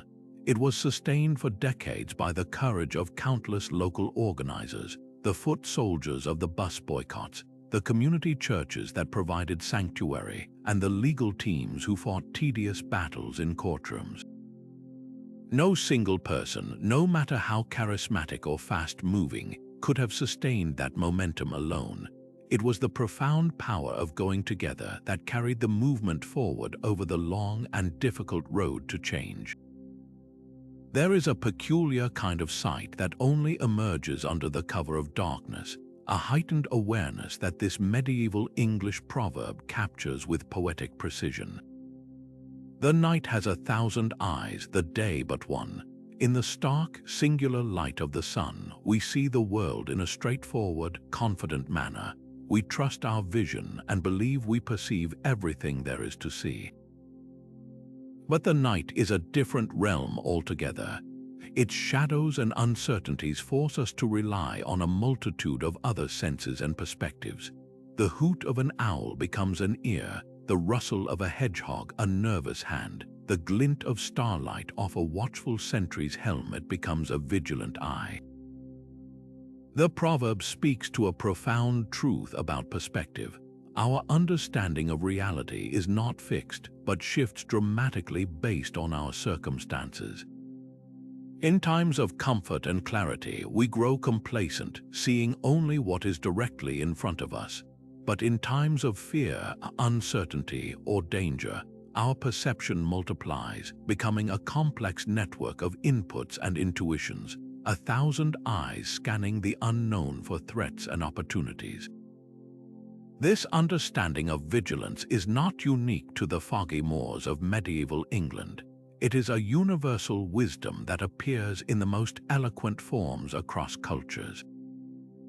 In the rich tradition of Arabic poetry, we find a deep appreciation for the unseen and the subtle.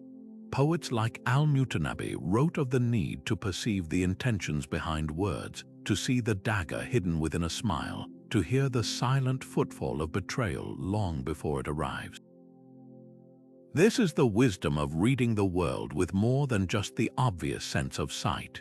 Similarly, many Native American traditions hold a sacred respect for the art of observation, of becoming a part of the landscape in order to truly see it.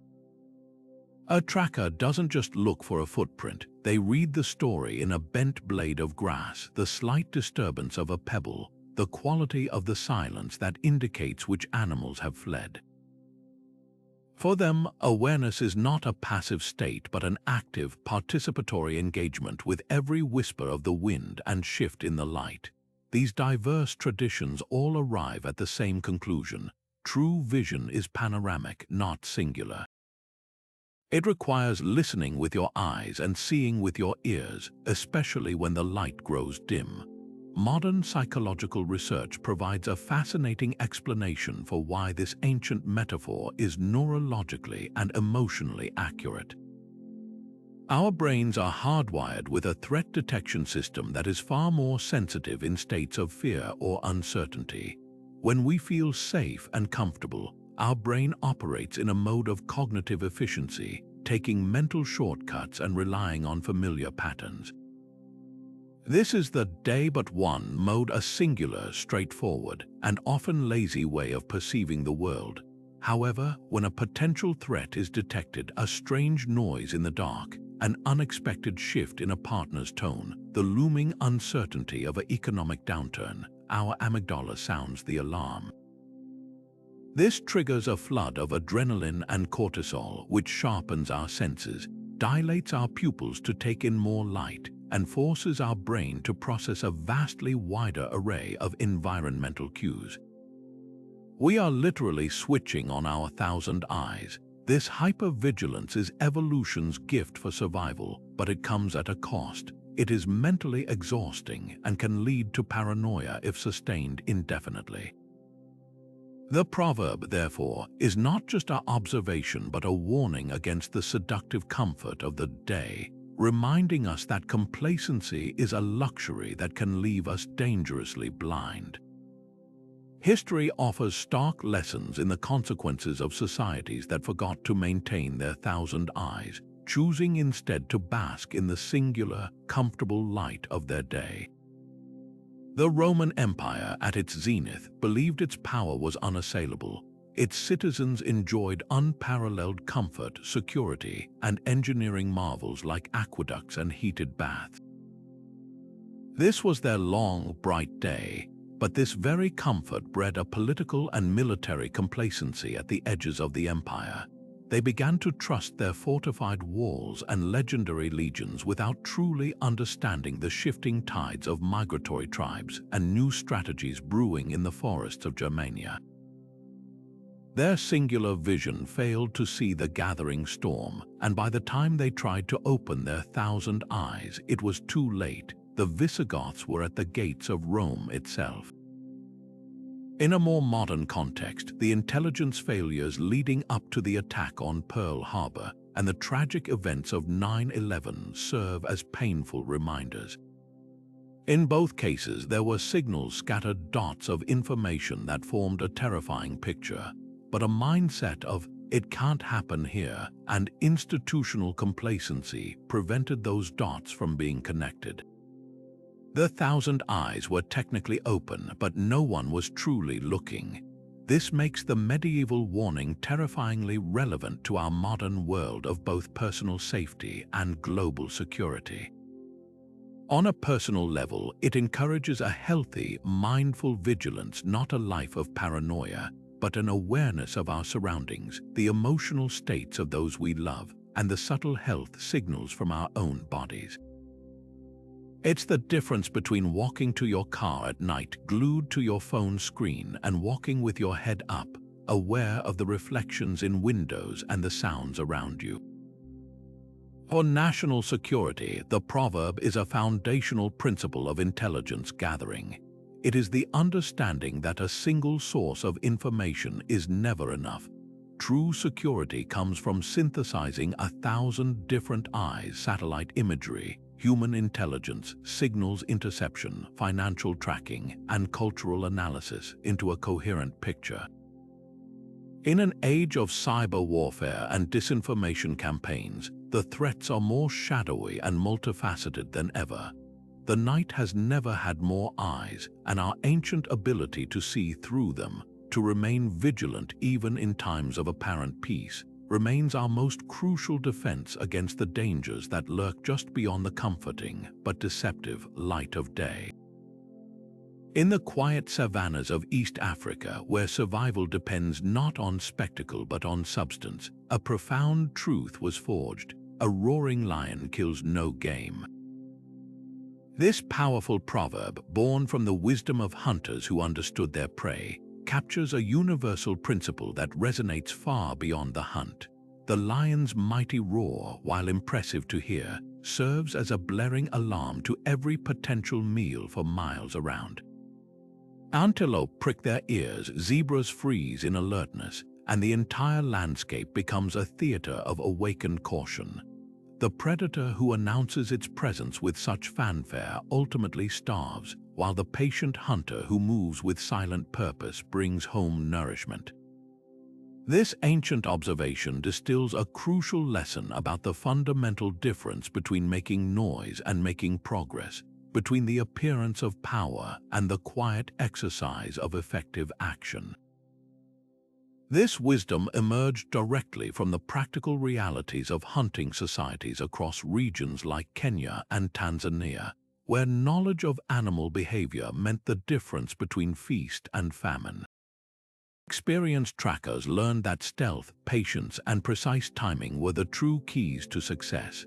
The rustle of grass under a careful foot, the controlled breath while drawing a bow, the ability to become one with the environment, these were the skills that put food on the fire. The roar was understood as a territorial declaration or a display of dominance to other lions, useful in its context but utterly counterproductive when actual hunting was required. This created a cultural appreciation for quiet competence, for the person who accomplished much but spoke little, whose results echoed far louder than their words. The community came to value the hunter who returned with game, not the one who made the most noise about hunting. Modern psychology helps us understand why this ancient wisdom remains so relevant today, particularly through the concept of performance versus self-promotion. Research consistently shows that people who consistently focus on demonstrating their competence through actual results, what psychologists call performance-proof strategies, tend to achieve more sustainable success and earn deeper respect from their peers. Conversely, those who rely heavily on self-promotion tactics, constantly talking about their abilities, taking credit for collective achievements, and managing impressions rather than doing substantive work, often create initial buzz but eventually lose credibility when their accomplishments fail to match their boasts. Studies on workplace dynamics reveal that the most effective and respected team members are typically those who exhibit quiet confidence, who listen more than they speak, and who allow their work to speak for itself. This doesn't mean complete silence or avoiding recognition, but rather understanding that true competence naturally attracts notice without requiring constant announcement. Throughout history, we find powerful examples of leaders who embodied this principle of quiet effectiveness. Consider the leadership style of Queen Elizabeth I during England's Golden Age. While she certainly understood pageantry and symbolism, her most remarkable achievements came from careful, deliberate statecraft, patient diplomacy, shrewd political appointments, and strategic decisions made without fanfare that established England as a major European power. Her reign was defined not by loud declarations but by thoughtful actions that built lasting stability and cultural flourishing. In more recent times, we might look at figures like Grace Hopper, the computer science pioneer whose groundbreaking work in programming languages and compilers revolutionized computing. She didn't achieve this through self-aggrandizement but through relentless, focused innovation and collaborative problem-solving, letting her transformative contributions to technology establish her legacy without need for theatrical promotion. The contrasting approach, the empty roar, finds its cautionary examples in historical figures who prioritized appearance over substance. The tragic story of General George Armstrong Custer serves as a powerful illustration. Known for his flamboyant personality, media savvy, and constant pursuit of glory, Custer's theatrical approach to military leadership ultimately led to the disastrous defeat at Little Bighorn, where his desire for a dramatic victory clouded his strategic judgment and cost the lives of his entire command. His roar, both literal and figurative, alerted his opponents to his presence and intentions, eliminating any element of surprise and leading to catastrophic failure. Similarly, in the business world, executives who focus more on press coverage and public perception than on building solid products and treating employees well often create spectacular but short-lived enterprises that collapse when the hype fades and the substance isn't there to support it. In our contemporary attention economy, where social media rewards the loudest voices and personal branding often seems more valued than actual competence, this African wisdom offers a crucial corrective. The pressure to constantly self-promote, to build a personal brand, to maintain a visible presence across multiple platforms can lead to a culture of performance without substance. We see this in the influencer who carefully curates an image of success while struggling behind the scenes, the professional who spends more time networking than developing skills, or the leader who prioritizes charismatic speeches over effective governance. The proverb reminds us that while some noise might be necessary in a crowded world, it should never come at the expense of developing real capability. The most enduring success comes not from being the loudest voice in the room, but from being the most competent person in the field, the one whose work so clearly speaks for itself that no roar is necessary to command respect and achieve meaningful results. Imagine a tiny, remote village nestled in a vast landscape, its handful of homes dwarfed by the immensity of the world around it. From a distant, impersonal view, it might seem insignificant, easily overlooked. Yet, each morning, without fail, the sun rises and bathes that small village in the same golden light that illuminates the greatest cities. This beautiful African proverb, found in various forms across the continent, uses this perfect, impartial image to convey a profound truth about inclusion and inherent worth. Significance is not a product of size, wealth, or status. The universe, in its fundamental operations, does not play favorites. The sun's light, the rain's nourishment, the air we breathe, these essential gifts are distributed with a divine fairness, reminding us that every single person, community, and place possesses an innate value that exists completely independent of its worldly importance or power.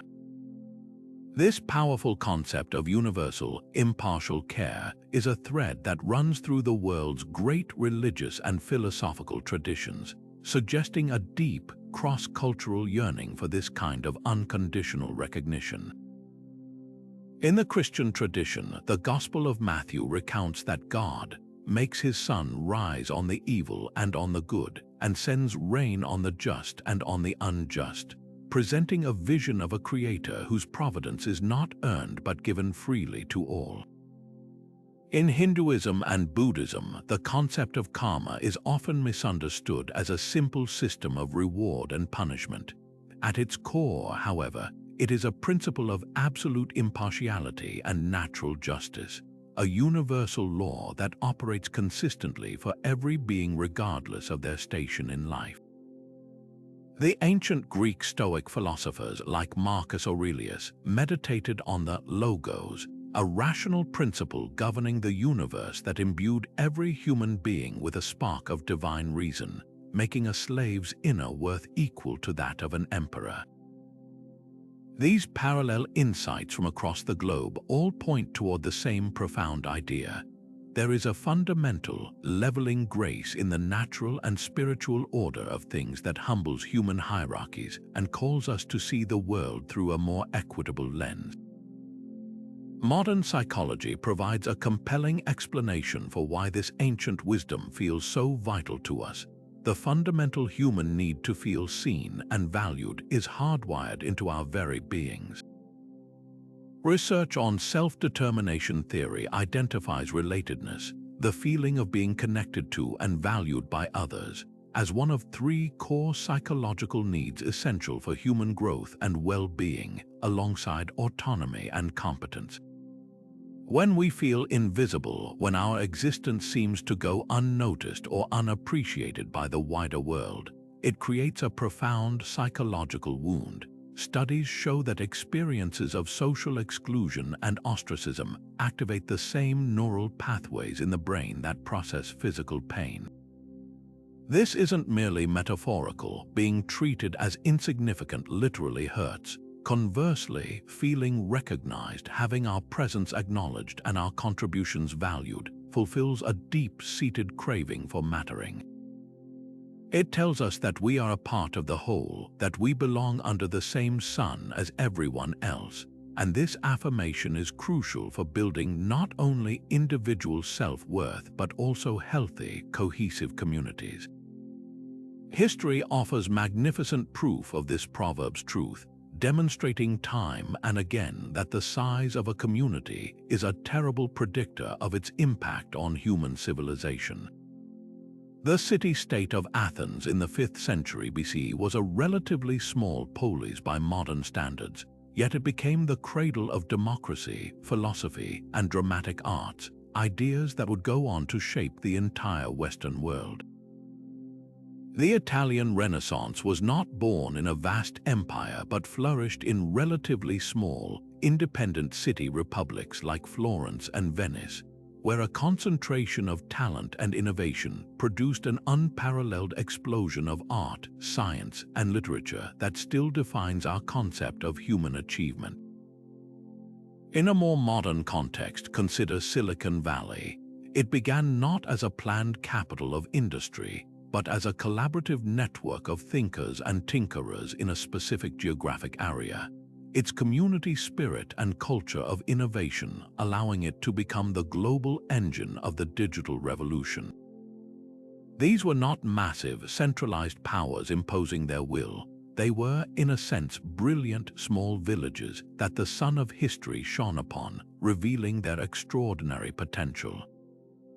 This ancient African wisdom thus becomes a powerful moral compass for our modern world, challenging our ingrained tendencies toward elitism and disregard.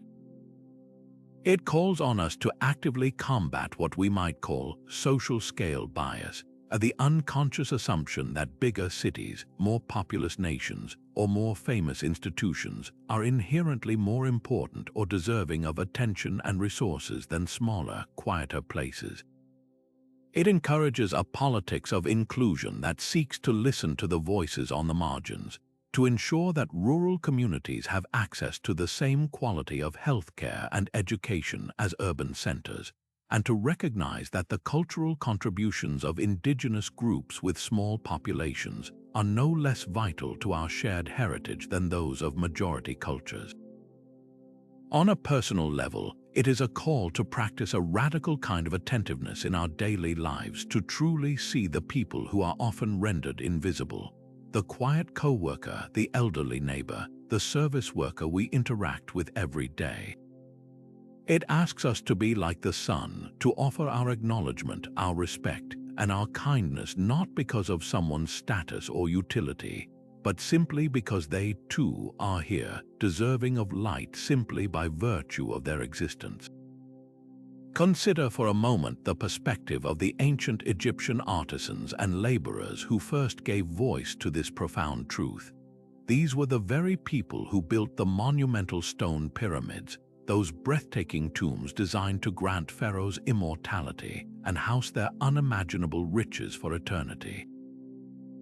They hauled massive blocks under the scorching sun, They precisely aligned corridors to the stars, and they inscribed hieroglyphs meant to last forever. And in doing this backbreaking work, they gained a unique and humbling insight. They saw firsthand how even the most solid stone slowly yields to wind and sand, how the grandest human construction is, in the vast scale of time, ultimately temporary. This proverb, born from their direct experience, is not an abstract philosophical idea. It is a hard-earned lesson from the workshop of eternity, a warning whispered by those who knew better than anyone that you cannot count on riches, because even a stone pyramid crumbles. This powerful recognition of impermanence is a cornerstone of wisdom traditions across the globe, suggesting a universal human understanding that clings to material security at its own peril. In ancient India, the Buddha made this the very foundation of his teachings, identifying attachment to transient things as the primary source of human suffering. He taught that everything in the material world, including our wealth and our very bodies, is in a constant state of change and decay. The path to peace, therefore, lay in non-attachment, in learning to appreciate things without needing them to be permanent or needing to possess them completely. Centuries later and a continent away, the Stoic philosophers of Greece and Rome arrived at a remarkably similar conclusion through pure reason.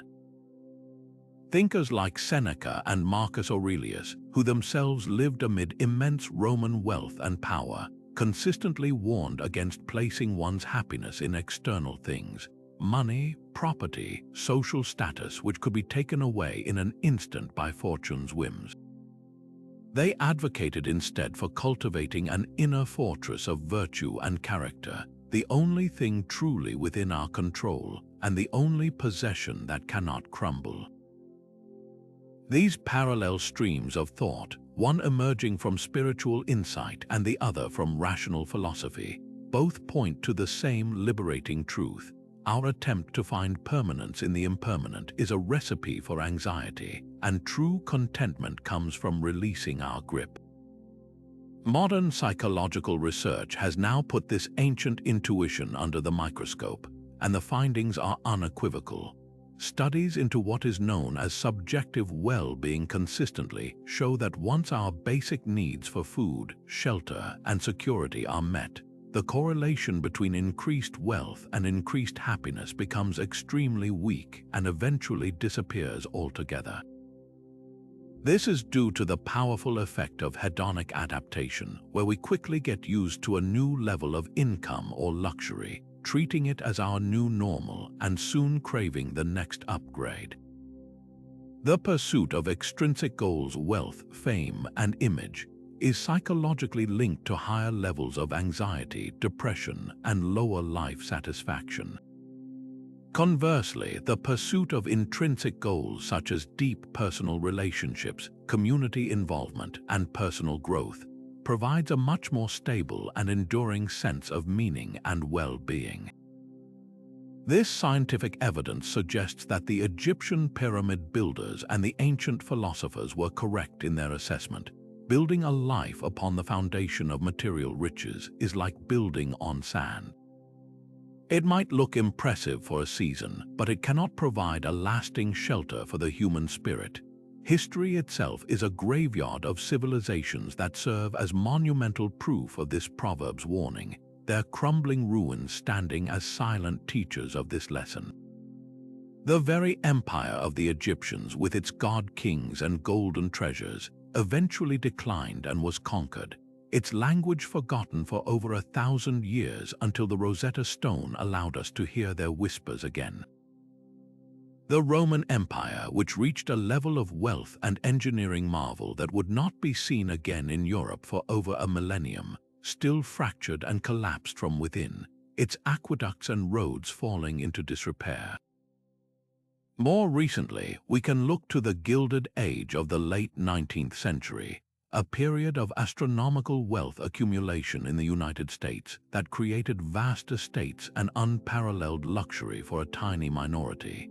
Yet this era was also marked by extreme social inequality, political corruption and labor unrest that nearly tore the nation apart, demonstrating that a society focused primarily on the accumulation of riches often neglects the health of its own foundation. This makes the ancient warning terrifyingly relevant to our modern era of hyper-consumerism and climate crisis. Our global economy is largely built on the premise of endless growth and the continuous acquisition of more stuff, a mindset that is proving to be as unsustainable as it is psychologically unfulfilling. The environmental cost of our material pursuits, the extraction of resources, the production of waste, the emission of greenhouse gases, is quite literally making our planet crumble. The proverb calls us to a radical re-evaluation of what truly constitutes wealth. Is it the number of possessions we accumulate, or is it the health of the ecosystems that sustain us? Is it the size of our bank account, or the strength of our communities and the quality of our time? The crumbling pyramid is a metaphor for our own planet, urging us to shift our focus from counting riches we cannot keep to investing in a sustainable future we can all share. It invites us to build our lives not out of stone monuments to ego, but out of the resilient, living materials of connection, purpose, and care, the only treasures that have any hope of enduring.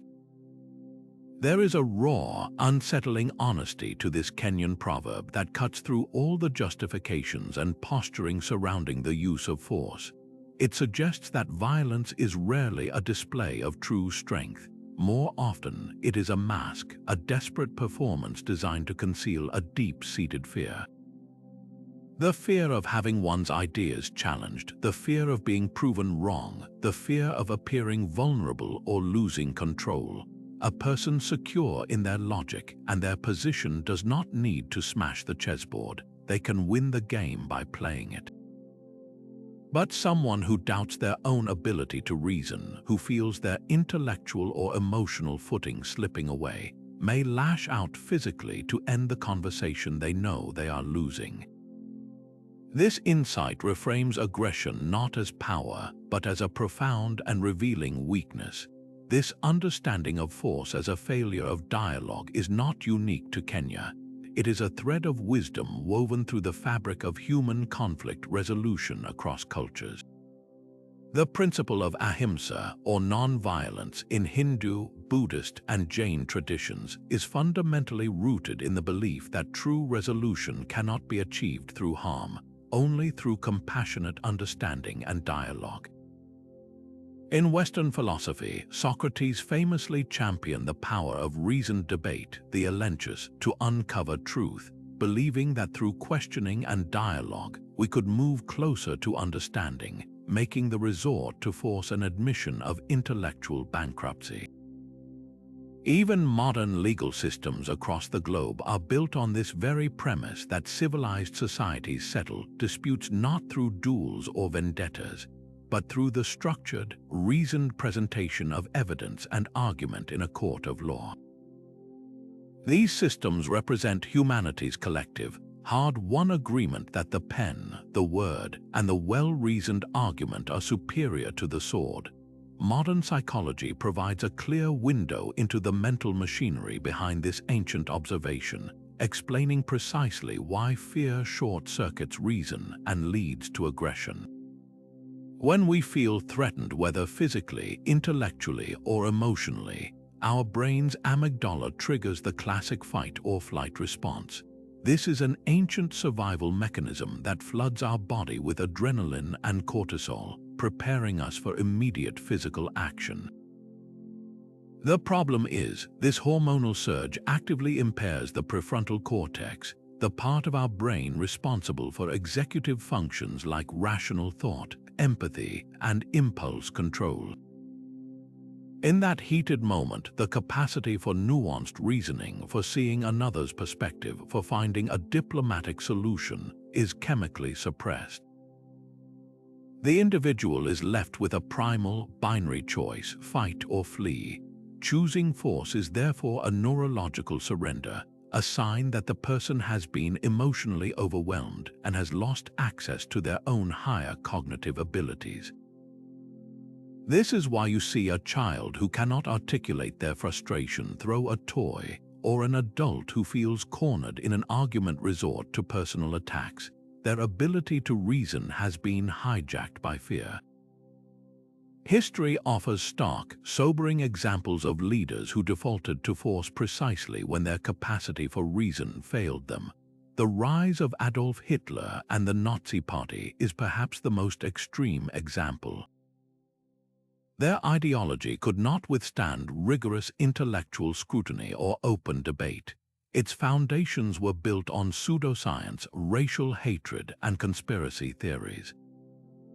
Unable to win a genuine battle of ideas within the democratic framework of the Weimar Republic, they turned to force intimidation by the SA Brownshirts, the burning of the Reichstag to create a pretext for seizing power, and ultimately the catastrophic violence of World War to impose their will. They were, as the proverb suggests, deeply afraid of reasoning because their arguments could not survive it. On a different scale, we see this in the behavior of bullies, both in the schoolyard and the corporate boardroom. The bully doesn't target others because they are strong. They do it because they feel weak, insecure, or inadequate. They use force, whether physical or psychological, to dominate and silence those who might otherwise expose their insecurities or challenge their fragile sense of status. Their aggression is a preemptive strike against the possibility of having to engage in a fair contest of wits or character. This Kenyan wisdom provides an essential lens for interpreting conflict at every level of human interaction, from the deeply personal to the global stage. In our own relationships, it encourages us to look past someone's anger to see the fear or insecurity that may be driving it. It asks us to check our own impulses when we feel the urge to yell, to dominate a conversation, or to give someone the silent treatment. We must pause and ask ourselves, what am I truly afraid of here? Am I avoiding a difficult conversation because I fear I might be wrong? On the international stage, this proverb serves as a critical tool for analysis. When a nation's leader saber rattles, refuses diplomatic overtures, or invades a neighbor, we should be highly skeptical of claims about strength and security. More often than not, such actions betray a deep insecurity, a fear of economic decline, a fear of losing geopolitical relevance, or a fear of internal dissent that could be fueled by open dialogue and the free flow of ideas. The proverb reminds us that the truly strong are not those who shout the loudest or strike the hardest blow, but those who possess the confidence to sit down at the table, to listen, to reason, and to have the courage to be changed by what they hear.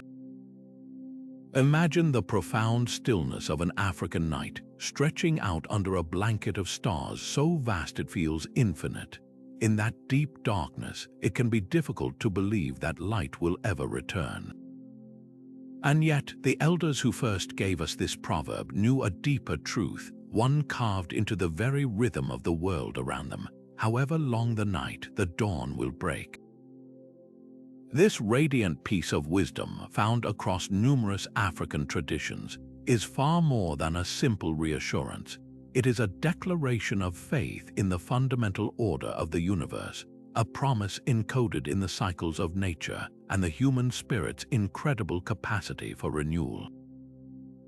It speaks to a universal truth that every single period of darkness, no matter how profound or terrifying, is ultimately temporary, and that a new beginning is not just a possibility, but an inevitability waiting on the horizon.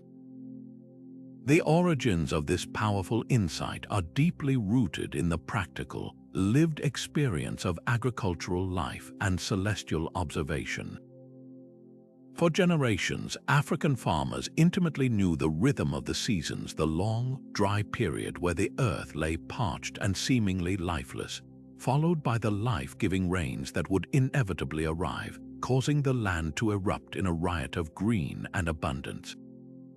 They planted their seeds in faith, trusting in a cycle they could not rush but knew to be certain. Similarly, ancient astronomers across the continent, from the Dogon people of Mali to the builders of Great Zimbabwe, carefully tracked the movements of the stars and planets. They understood that the longest night of the winter solstice would always be followed by the gradual return of the sun, its light stretching a few minutes longer each day. These were not abstract concepts, they were observable, dependable facts of existence. The proverb is a distillation of this empirical wisdom, applying the unwavering certainty of natural law to the more unpredictable terrain of human suffering. It tells us that our personal struggles, like the seasons, have a beginning, a middle, and an end. This ancient belief finds a powerful ally in modern psychological research on resilience and the human capacity to maintain hope. Studies into how people cope with extreme adversity, from natural disasters to profound personal loss, reveal that one of the most critical factors in resilience is something called realistic optimism. This isn't a Pollyannish denial of reality, but rather a deeply held belief that while the present is difficult, the future can and will be better. This mindset creates a psychological bridge over the chasm of despair, allowing individuals to continue putting one foot in front of the other. Neuroscientists have even found that maintaining hope and a positive outlook can actively reduce stress hormones and bolster our immune system, literally giving our bodies the strength to endure the long night. Furthermore, the field of post-traumatic growth shows us that many people who weather severe crises don't just return to their previous baseline. They often emerge with a greater appreciation for life, deeper relationships, and a newfound sense of personal strength. The darkness, as harrowing as it was, becomes the catalyst for a brighter, more meaningful dawn. History itself is the grand, overarching proof of this proverb's truth, a cyclical story of humanity's long nights and brilliant dawns. The European Dark Ages, a period following the collapse of the Roman Empire, were characterized by widespread instability, the loss of classical knowledge, and a steep decline in living standards. It was a long, cold night for the continent, yet this period was eventually followed by the Renaissance, an extraordinary explosion of art, science, and humanistic thought that reshaped the world and laid the groundwork for the modern age. The dawn did break. On a more recent scale, consider the Great Depression of the 1930s, a time of crippling economic despair that left millions unemployed and hopeless across the globe. This profound societal night gave way to a new dawn of economic reforms, social safety nets, and ultimately, a period of unprecedented prosperity and growth. These historical cycles remind us that societies, like individuals, are capable of incredible regeneration and recovery after even the most devastating collapses. This wisdom offers an indispensable comfort during our own personal winters, those periods of grief, illness, financial hardship, or heartbreak that can make it feel like the sun will never shine again.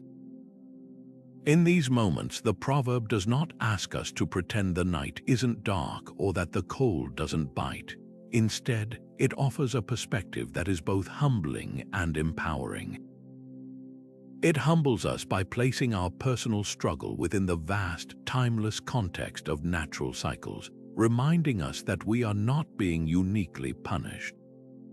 And it empowers us by affirming that just as we did not cause the sun to set, we do not need to single-handedly force it to rise. Our job is simply to endure, to have faith, and to take the next small step, trusting that the dawn is coming on its own schedule. It is this patient, steadfast faith forged in ancient villages under endless skies that has guided countless generations through their darkest hours, and it remains a light we can all hold onto today, a promise that no night, however long, lasts forever. Picture a thriving garden, lush with vegetables and bursting with fruit. It didn't get that way by accident.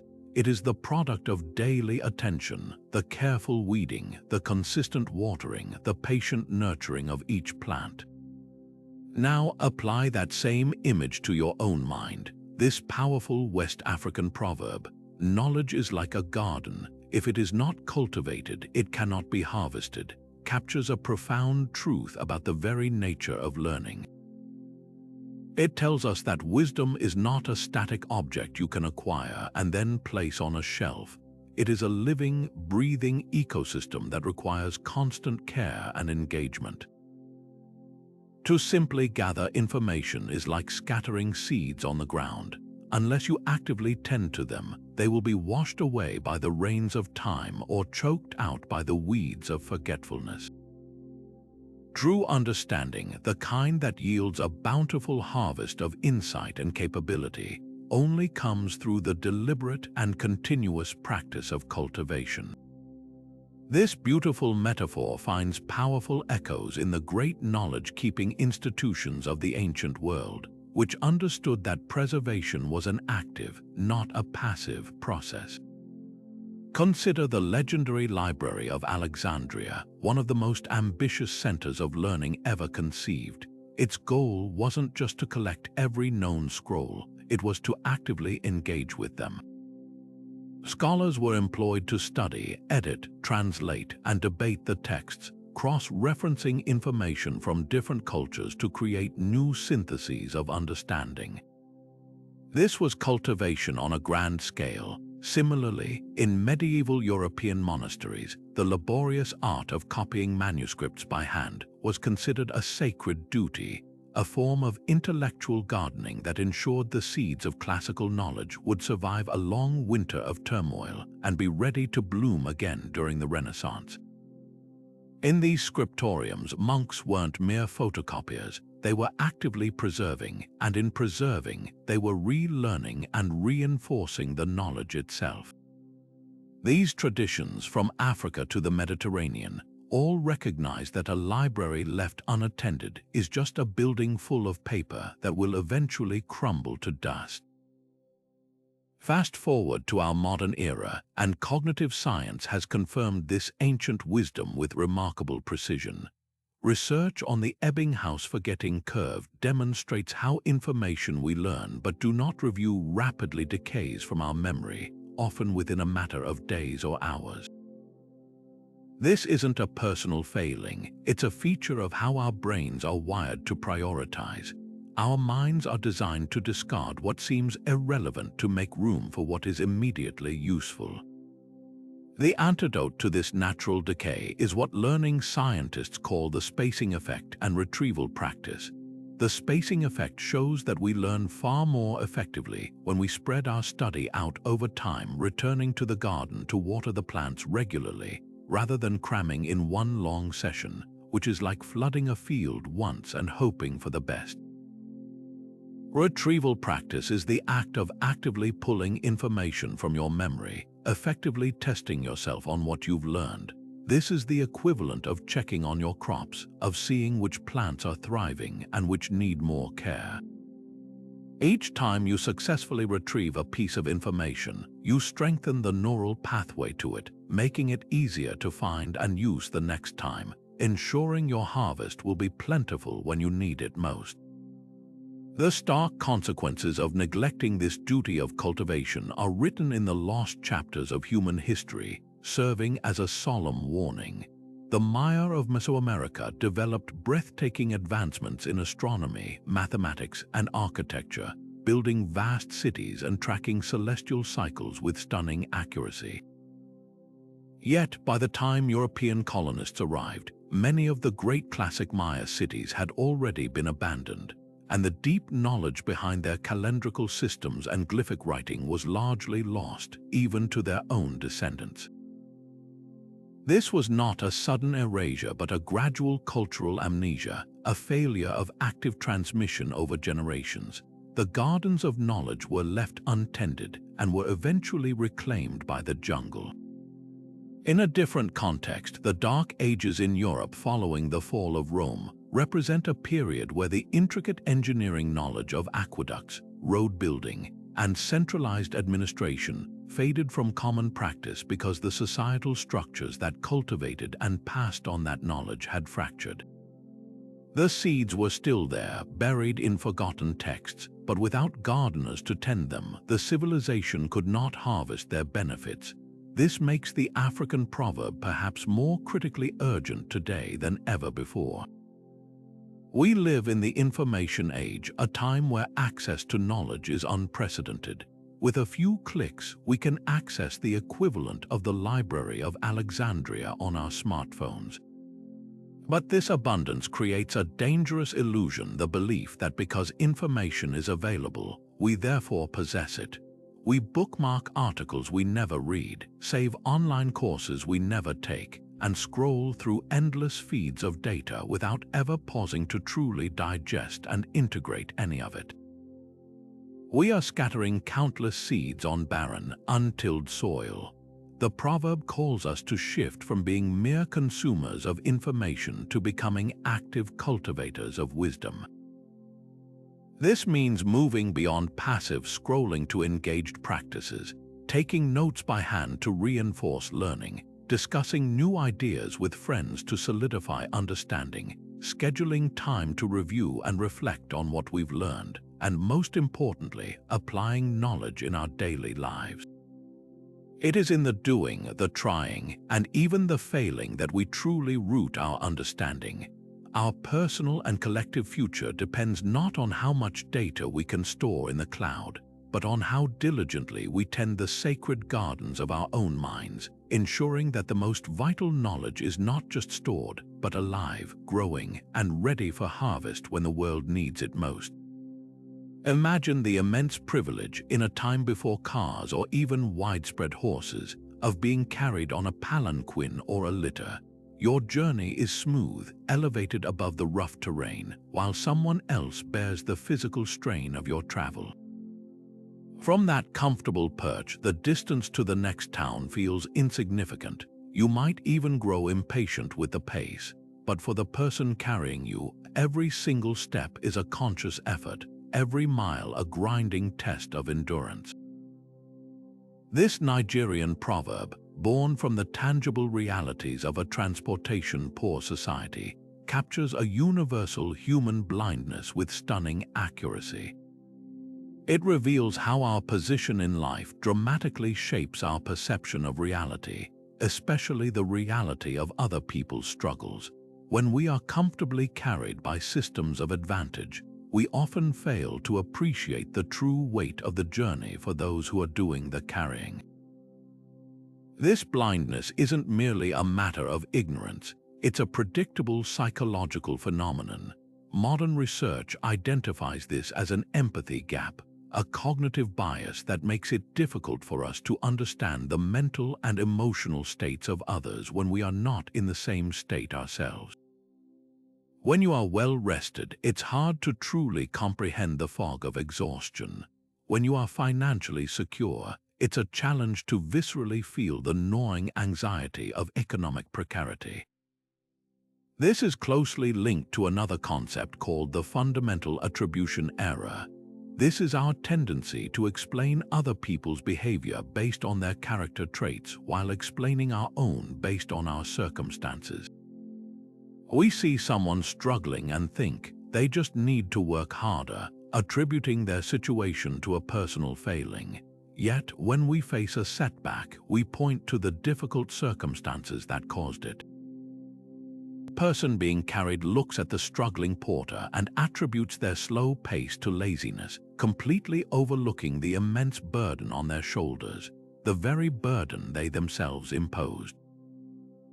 History provides a painful tapestry of this dynamic playing out on a grand scale, often with explosive consequences.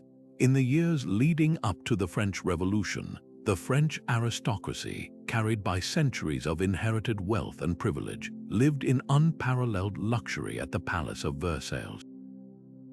They were utterly insulated from the grinding poverty and famine afflicting the common people. From their gilded perch, proposals for tax reforms to address the kingdom's crippling debt seemed like unnecessary impositions, a minor inconvenience to their lifestyle. They failed to realize the true distance of the journey the peasantry was forced to make, a journey of backbreaking labor for crumbs. This profound disconnect, this failure of perspective, wasn't a minor oversight. It was a primary fuel for the revolutionary fury that eventually swept them from power. They were so comfortable in their palanquin of privilege that they didn't hear the creaking of the poles or see the sweat of the carriers until it was far too late. This ancient wisdom is not confined to history books. It is a critical lens for understanding the social and political tensions of our modern world.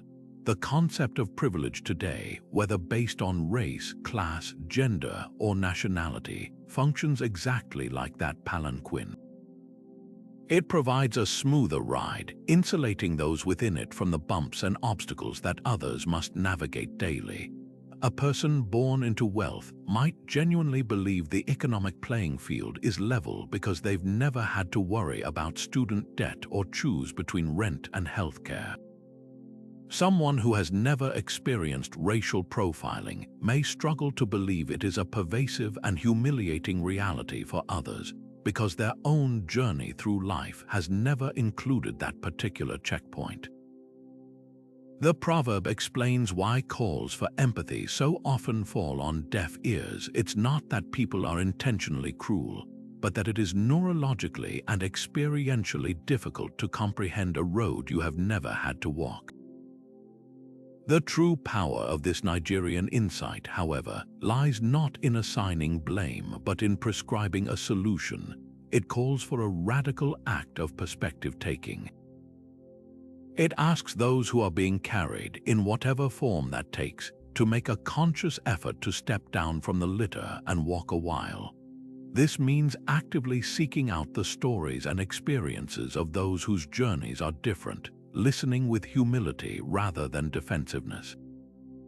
It means questioning our own automatic judgments about why others might be struggling and considering the invisible burdens they might be carrying.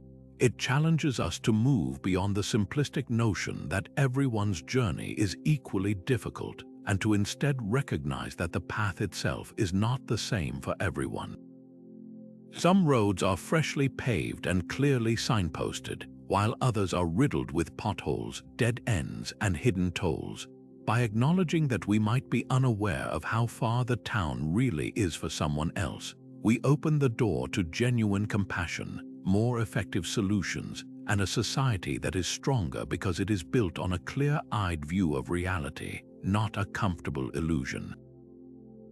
Now, let's turn our attention to a proverb that masterfully exposes one of the most common illusions we create for ourselves, both as individuals and as societies. It's a saying that offers a powerful reality check, and it goes like this: a bird that flies off the earth and lands on an anthill is still on the ground. Picture the scene: a bird with its magnificent gift of flight lifts off from the dirt. For a glorious moment, it is airborne, free from the terrestrial world below. But then, instead of soaring into the open sky, it simply alights on a small mound of earth, a tiny elevation that gives it the faintest illusion of height. The bird might even feel a sense of accomplishment, perched just a little bit higher than it was before, but the objective, undeniable truth remains unchanged. It has not truly left the ground. It has traded one piece of earth for another, slightly taller one, but it remains firmly, inescapably earthbound. This vivid metaphor, which appears in various forms across African wisdom traditions, is a brilliant commentary on the nature of superficial change. It speaks directly to our human tendency to engage in what might be called horizontal movement, busy, energetic activity that creates the feeling of progress without ever actually creating vertical ascent. We change jobs, but we take the same dysfunctional work habits with us. We end one relationship only to immediately seek out a new partner who fulfills the same unhealthy dynamic. We move to a new city hoping to escape our problems, only to find that we've brought the most problematic part of the journey with us, ourselves. The proverb isn't criticizing the effort to fly. it's criticizing the decision to settle for the anthill when the entire sky is available. It asks us to be brutally honest about whether our actions represent a genuine transformation or merely a change of scenery on the same familiar and often limiting landscape. This profound distinction between authentic and cosmetic change is a central theme in many of the world's deepest philosophical and spiritual traditions. In ancient Greece, the Stoics made a clear separation between things within our control, our judgments, our values, our character, and things outside our control like wealth, reputation, and social status. They warned that a person could gain immense power and wealth, ascending to the highest anthill in the world, yet remain a slave to their own passions and fears, still firmly on the ground of a troubled inner life. True freedom, they argued, came from an internal transformation, a change in one's character and perspective, not from rearranging external circumstances. Similarly, in Buddhism, the concept of enlightenment represents the ultimate vertical ascent, a fundamental shift in consciousness that liberates one from the cycle of suffering. Merely adopting the external trappings of a spiritual life, like wearing certain clothes or chanting certain phrases, without doing the inner work of confronting desire and attachment, would be seen as the equivalent of our bird landing on the anthill. The appearance is different, but the essential condition remains the same. Modern psychology provides a fascinating explanation for why we so often choose the anthill over the open sky, and it often boils down to a simple, powerful force: cognitive dissonance. We feel an internal discomfort between our desire for change and our current reality. To reduce this discomfort, our brains often seek the path of least resistance. A surface-level change, buying new clothes to feel better instead of addressing body image issues, or blaming a boss for our unhappiness instead of developing new skills, provides a quick hit of relief. It allows us to tell ourselves a story of progress without undergoing the painful, difficult work of genuine transformation. This is also deeply tied to our fear of the unknown. The anthill is familiar, it's still the ground, just a slightly different version of it. The open sky, by contrast, is vast, intimidating, and full of uncertainty. We fear that if we truly transform, we might lose our sense of identity, or we might fail spectacularly. So we settle for a smaller, safer change that lets us feel like we're moving without ever requiring us to truly let go of the familiar earth beneath our feet. We can see the tragic consequences of this dynamic play out across history in what are often called cosmetic reforms. The history of colonialism is riddled with such examples. A colonial power might grant a colonized nation its formal independence, a dramatic, apparent flight from the earth of direct rule. But if that new nation is immediately saddled with crippling debt, economic treaties that favor the former colonizer, and political systems engineered to keep a compliant elite in power, then the bird has simply landed on an anthill. The fundamental power structure remains intact, it has just become less visible. The same pattern emerges in corporate culture. A company facing public pressure over a scandal might hire a new public relations director, launch a sleek new inclusivity campaign, and make a show of donating to a charitable cause, all visible flights from the problematic earth. But if it fails to address the toxic internal culture, the unfair compensation structures, or the unethical business practices that caused the scandal in the first place, it has only landed on an anthill. The core problems remain, festering under a new layer of public relations topsoil, ready to erupt again. This ancient African wisdom, therefore, provides us with an incredibly valuable tool for discernment in our own lives and in our view of the world. It acts as a kind of truth detector, pushing us to ask tougher, more honest questions of ourselves and our leaders. Are we actually changing, or are we just changing locations?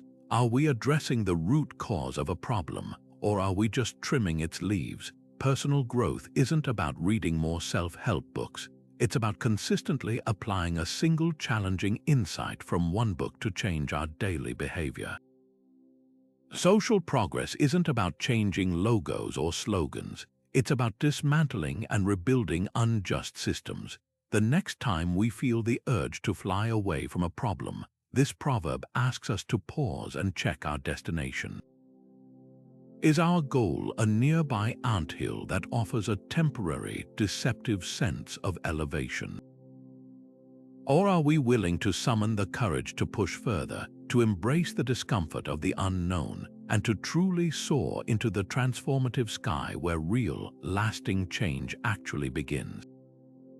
In the vibrant tapestry of Ethiopian wisdom, a profound truth about human communication stands out with elegant simplicity. The fool speaks, the wise man listens. This proverb, honed over centuries in the highlands of East Africa, cuts straight to the heart of a universal dynamic, revealing that true intelligence is often measured not by what we say, but by our capacity to absorb, process, and understand. In a culture rich with oral history, where genealogies, laws, and epic poems were passed down through generations by word of mouth, careful listening wasn't just a social skill, it was the very mechanism of cultural survival. An elder sharing a story around a fire expected more than a quiet audience. They needed attentive listeners who could accurately carry that knowledge forward, unblemished by misunderstanding or ego. In this context, the fool was the one who prioritized their own voice over the collective wisdom being offered, potentially allowing vital information to be lost forever in the noise of their own chatter.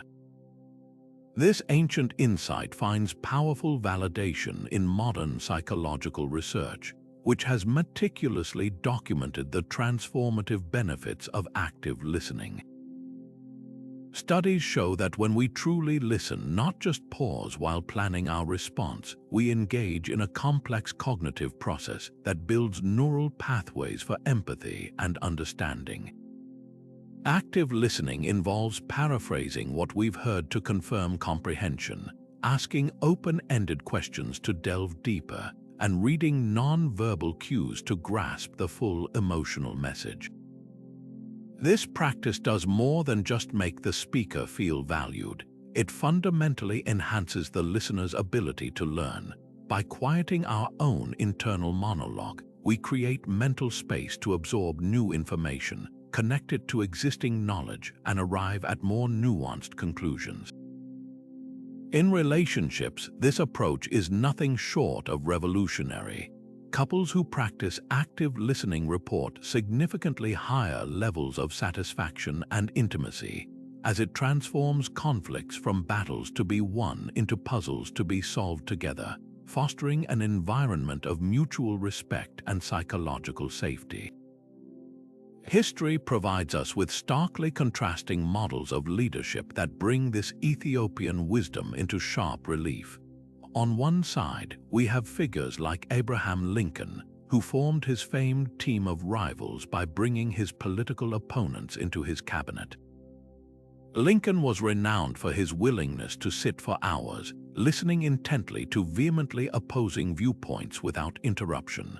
He understood that by synthesizing these divergent perspectives, he could arrive at decisions that were wiser and more robust than any one man's opinion could provide.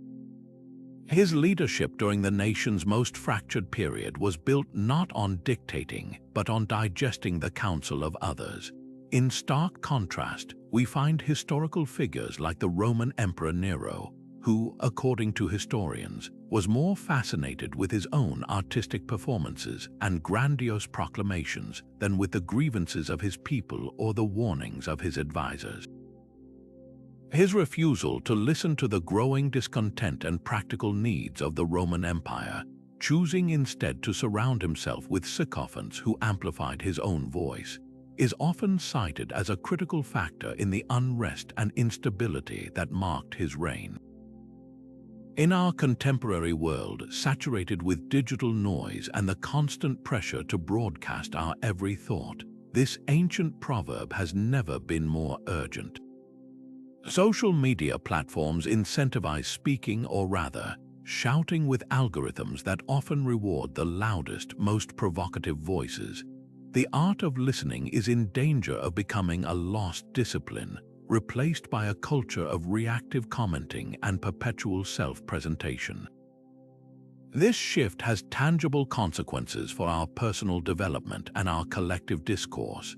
Without cultivated listening skills, we lose our ability to engage in complex debate, to learn from those with different life experiences, and to build the genuine connections that counteract loneliness and polarization. The wisdom of the Ethiopian elders reminds us that in the economy of communication, listening is the currency of growth. It is the humble acknowledgement that no matter how much we know, we have infinitely more to learn, and that the most powerful person in any room is often not the one holding the floor, but the one quietly, intelligently, absorbing everything the world has to teach. There is a profound and practical truth embedded in this African saying that anyone who has ever tried to build a campfire understands instinctively. A single stick, when held to a flame, might smolder and produce a wisp of smoke, teasing the possibility of fire. But left entirely on its own, it will almost always sputter and die, leaving behind nothing but a charred tip. It is only when that lone stick is gathered with others, each one leaning on the next, that a critical mass is achieved. The individual sparks catch, the heat concentrates, and a sustainable, roaring flame erupts where there was only potential. This elegant metaphor, drawn from the essential daily task of fire-making across countless African communities, transcends its physical origins to offer a masterclass in human endeavor.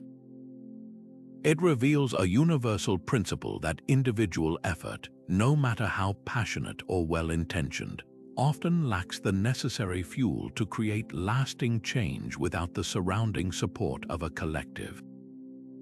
This wisdom finds powerful corroboration in modern psychological and sociological research, which has extensively documented how social support systems are not merely a comfort but a fundamental component of human effectiveness and resilience. Studies consistently show that individuals with strong social networks experience lower levels of stress and anxiety, not just because they have people to talk to, but because the brain literally registers support as a buffer against threat. The knowledge that others have your back reduces the cortisol response to challenges, allowing for clearer thinking and more sustained effort. Furthermore, from a sociological perspective, collective action creates what is known as social capital, the networks of relationships that foster trust and cooperation within a community. This capital acts as a force multiplier. A single advocate might protest an injustice, but a network of advocates can pool resources, share skills, specialize in different tasks, and withstand setbacks that would crush an individual. The group creates a sustaining environment, much like the bundle of sticks creates a sustained fire, where the effort of any single member is protected and amplified by the whole. History provides a stark gallery of examples that illustrate both sides of this proverb's truth. Consider the tragic story of John Brown, the fiercely committed abolitionist who believed so passionately in ending slavery that he led a doomed raid on the federal arsenal at Harper's Ferry in 1859. Brown was a stick that smoked intensely. His conviction was undeniable and his actions dramatic, but his effort was fundamentally solitary, a dramatic flare that failed to ignite a broader, organized movement at that specific moment. Without a deeply integrated and widespread network of support ready to act in concert with him, his raid was quickly extinguished, leading to his capture and execution. Contrast this with the monumental success of the American civil rights movement a century later.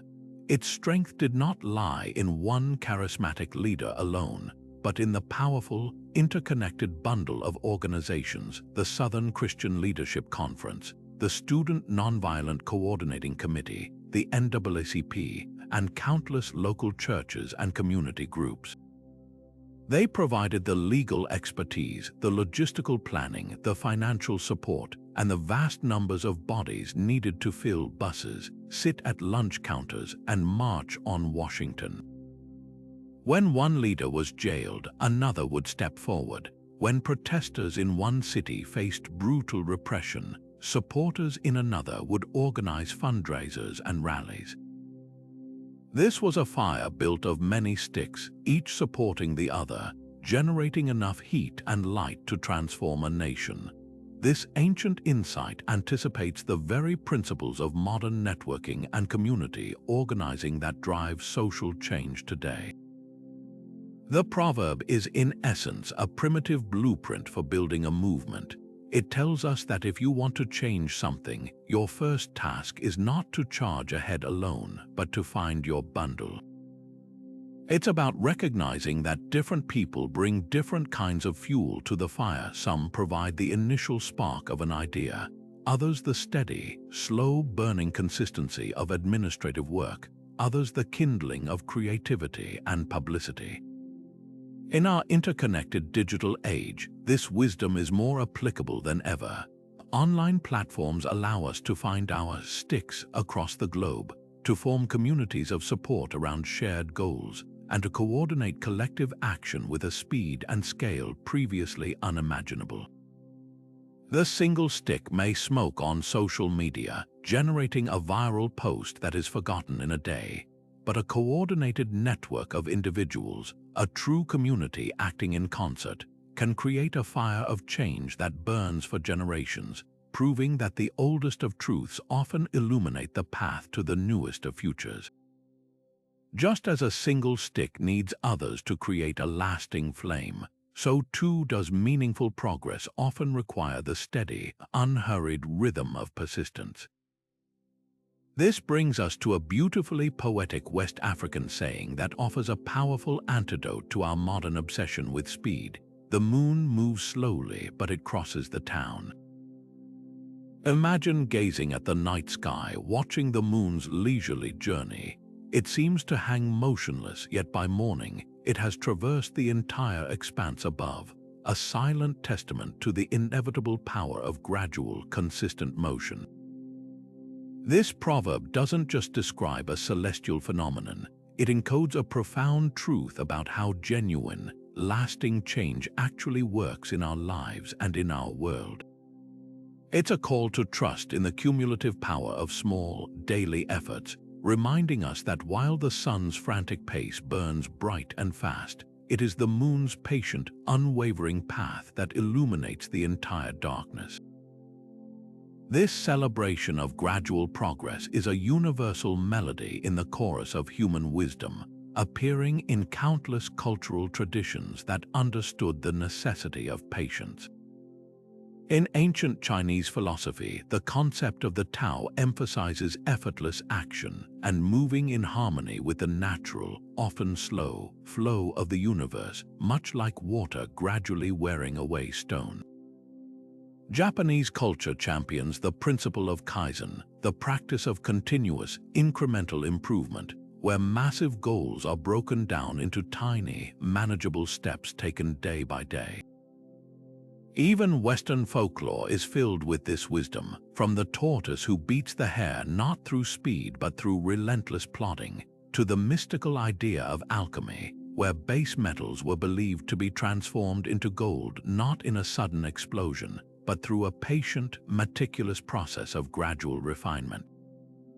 These diverse cultures, separated by continents and centuries, all arrived at the same conclusion.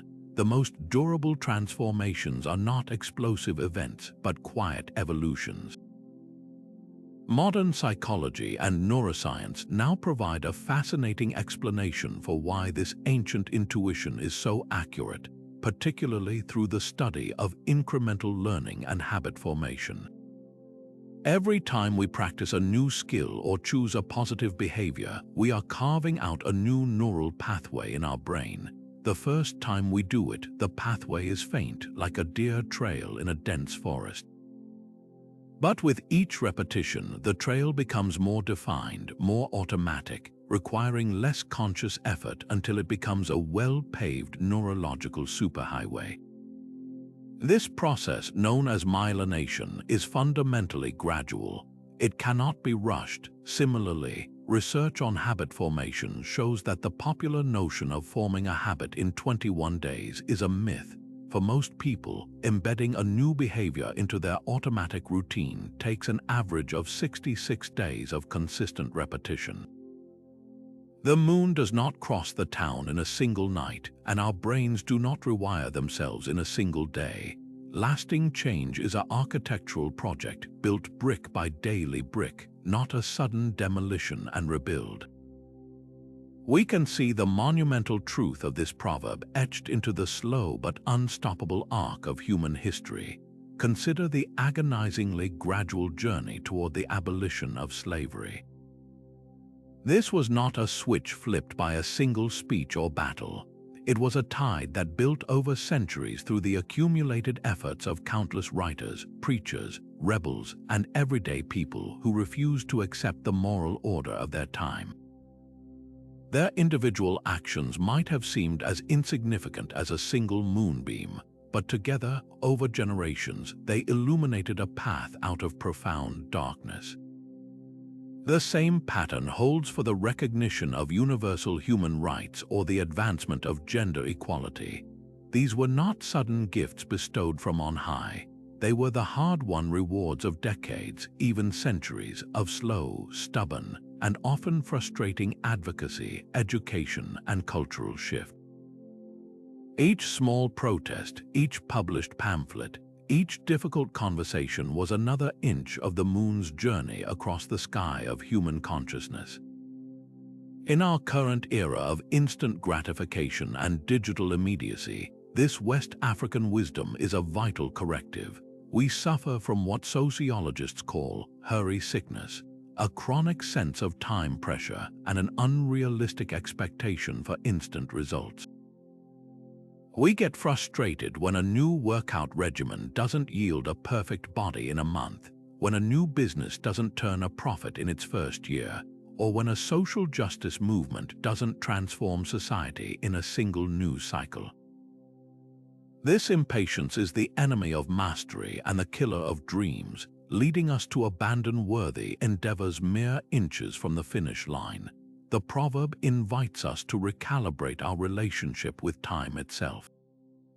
It asks us to find satisfaction not only in the dramatic breakthrough but in the quiet dignity of showing up again today, just as we did yesterday, trusting that this daily faithfulness is the very engine of transcendence. The moon does not apologize for its pace. It simply continues, knowing with absolute certainty that its slow, silent motion will, without fail, carry it across the entire town. Just as the moon's steady journey teaches us the power of gradual progress, another profound African proverb invites us to consider not just where we are going, but where we have come from. However far the stream flows, it never forgets its source. This beautiful saying, found across numerous African traditions, paints a vivid picture of a river meandering for hundreds of miles through changing landscapes, plunging over waterfalls and widening into deltas, yet always carrying within it the essential minerals and memories of its mountain spring. The stream is not defined by its distance from the source, but by its enduring connection to it. This is a powerful metaphor for the human journey, reminding us that our identity, our strength, and our sense of purpose are deeply fed by the waters of our origins, no matter how far we travel from them in space, time, or circumstance. This concept of honoring one's source is a universal theme that resonates with profound urgency in the stories of migrants and diaspora communities across the globe. For the millions of people who have been displaced by conflict, famine, or the search for opportunity, maintaining a connection to their homeland becomes an act of both survival and resistance.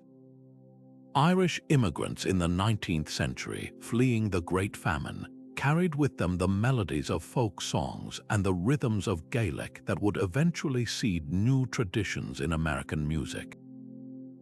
Jewish communities scattered across the world for 2 millennia kept their source alive through the unwavering observance of rituals, the retelling of stories, and the passionate aspiration of next year in Jerusalem. These are not merely acts of nostalgia, they are a conscious effort to ensure that the stream, however far it has been forced to flow, does not forget its source, preserving a cultural DNA that would otherwise be lost to assimilation and time. This ancient intuition that knowing our past is essential for navigating our future is now strongly supported by modern psychological research.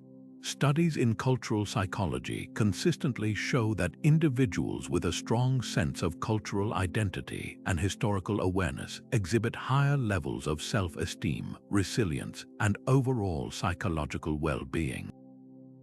This is often referred to as the ancestry effect, where understanding one's heritage provides a stabilizing narrative, a sense of belonging to a story larger than oneself. This is especially crucial for young people in diaspora communities, who often navigate a complex tension between their ancestral culture and their present environment. Research indicates that those who are encouraged to explore and understand their roots develop a more integrated and secure identity, protecting them from the confusion and alienation that can arise from a perceived sense of rootlessness. On a societal level, this historical awareness fosters social cohesion, creating a shared sense of purpose and a collective moral compass that guides a community through challenges. History offers us powerful and often painful examples of what happens when this connection is severed. The tragic story of the transatlantic slave trade represents one of the most brutal attempts to make a people forget their source.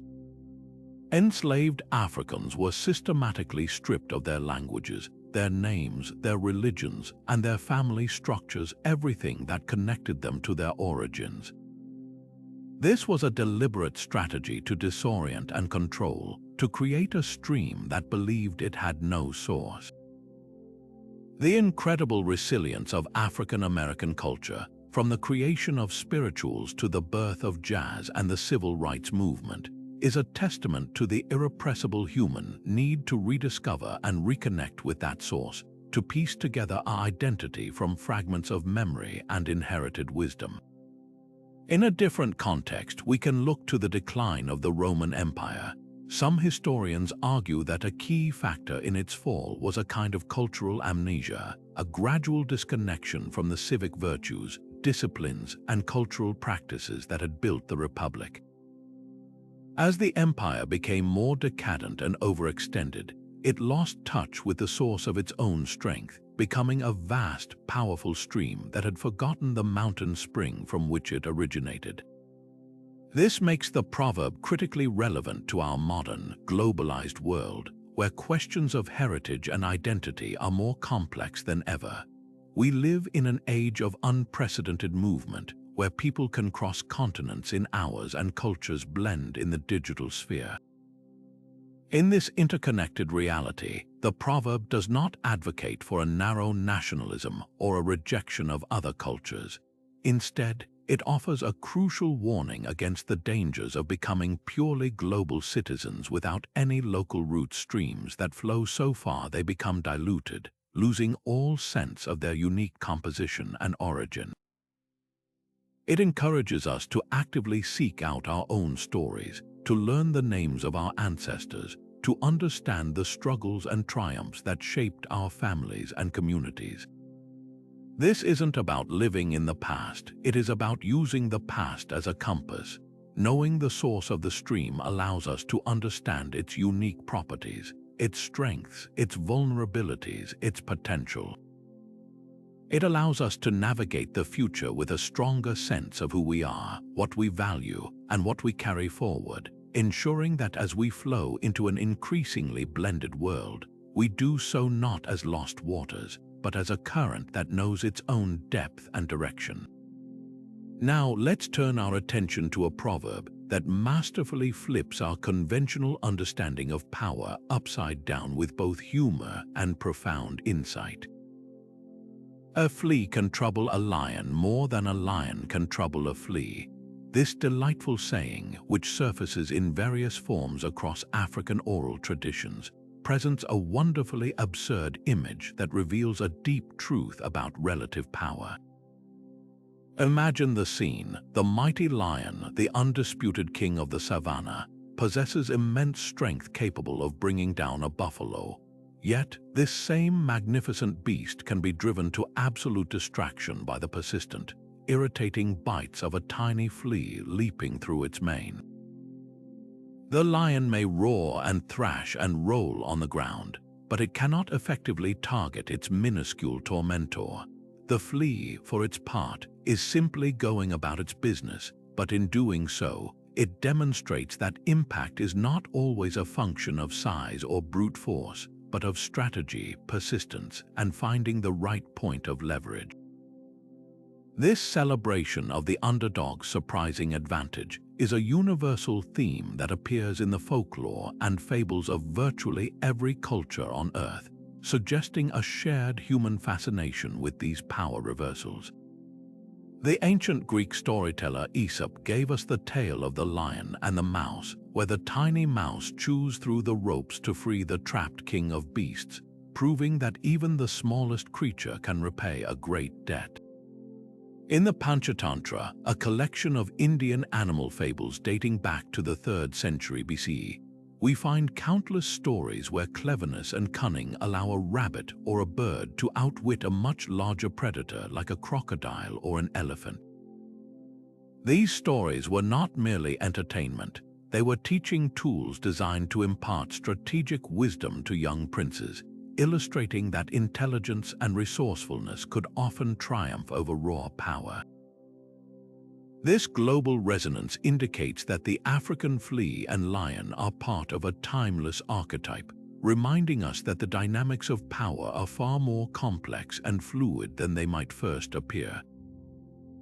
Modern psychological and strategic research provides a fascinating framework for understanding this ancient wisdom, particularly through the study of asymmetric conflict.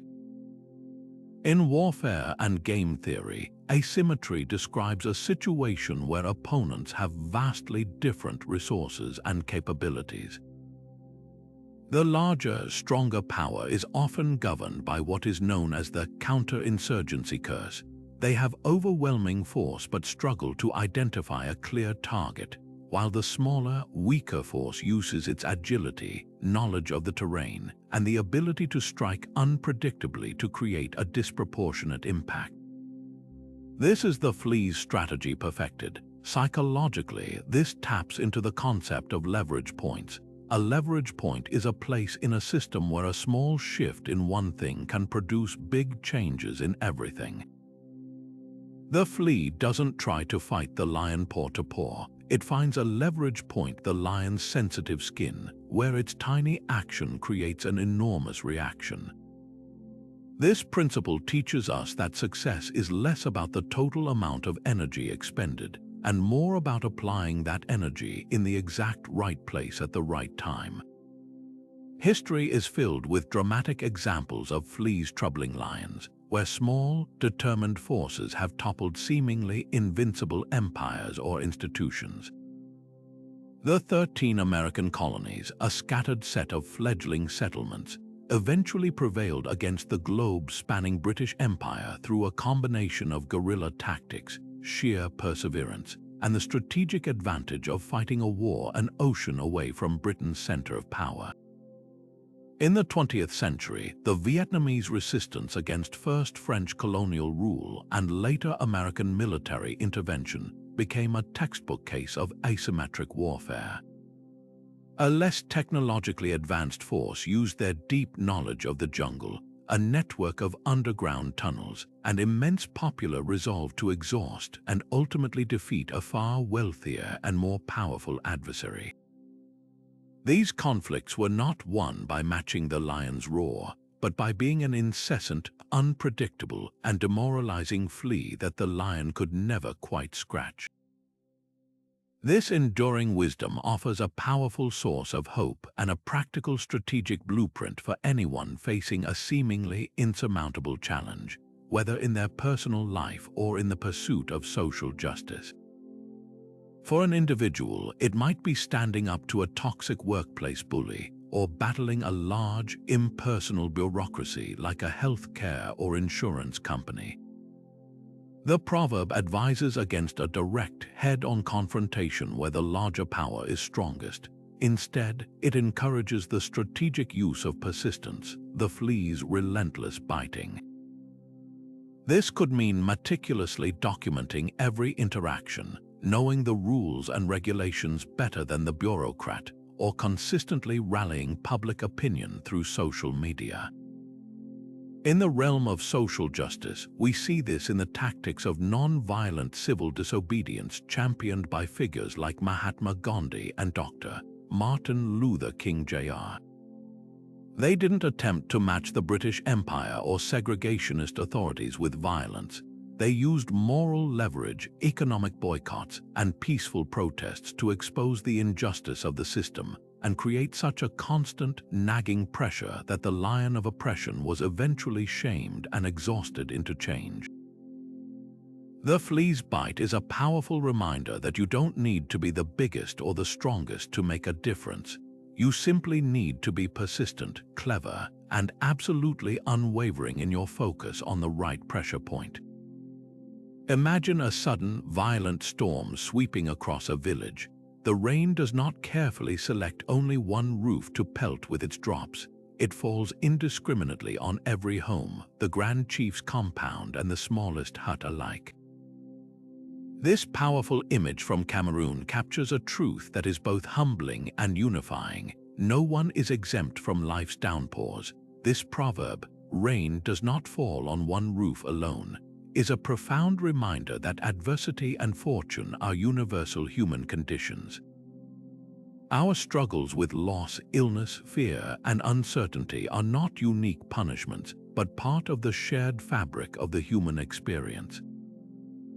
This wisdom pulls us out of the isolating belief that we are alone in our suffering and invites us to look around and see that every other roof is also being tested by the same storm, fostering a powerful sense of solidarity that is our greatest defense against despair. This beautiful notion of a common humanity that shares in both joy and sorrow is a cornerstone of the world's great religious and philosophical traditions.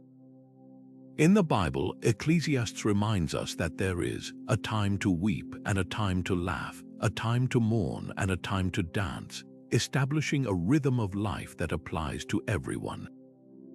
The Buddhist concept of the First Noble Truth directly addresses this universal experience, stating that suffering, dukkha, is an inherent part of existence for all beings. In classical philosophy, the Stoics emphasized that while we cannot control the external events that happen to us, the rain that falls, we can control our response to them. And we can take comfort in the fact that these challenges are part of a natural, universal order, not a personal vendetta by the universe. These parallel insights from across cultures and millennia suggest that recognizing our shared vulnerability is not a sign of weakness, but the very foundation of empathy and ethical living. Modern psychological research provides compelling evidence for why this ancient wisdom is so essential to our well-being. Studies on loneliness and social connection have found that one of the most powerful antidotes to the feeling of isolation is the realization that we are not alone in our experiences, a concept known as universalization. In group therapy settings, for instance, a significant part of the healing process occurs when one person shares a painful story and others respond with, "Me too." This moment of shared recognition instantly reduces shame and builds bridges of understanding. Furthermore, neuroscience has shown that when we witness someone else experiencing an emotion, particularly pain or joy, similar neural pathways are activated in our own brains. This hardwired capacity for empathy means that we are literally designed to resonate with each other's experiences. Understanding that the rain falls on everyone does not make our own roof leak less, but it changes our psychological relationship to the storm, transforming it from a solitary ordeal into a collective challenge we are wired to face together. History offers countless inspiring examples of communities that have not only endured but have been strengthened by embracing this truth. During the Blitz in World War II, Nazi Germany relentlessly bombed London and other British cities.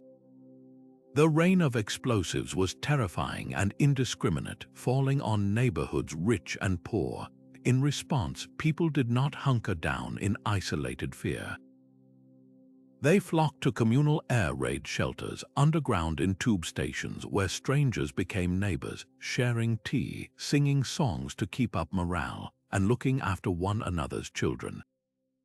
This profound sense of "we're all in this together" became a legendary source of national resilience. On a different scale, consider the global response to natural disasters.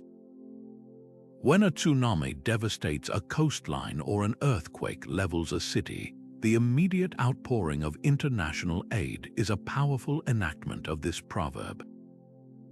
People from dry land send help to those whose roofs have been washed away, operating on the unspoken understanding that tomorrow, the storm could just as easily come for them. This collective response is humanity at its best, a practical embodiment of the idea that we are all under the same sky. In our contemporary, interconnected world, this Cameroonian wisdom has never been more relevant.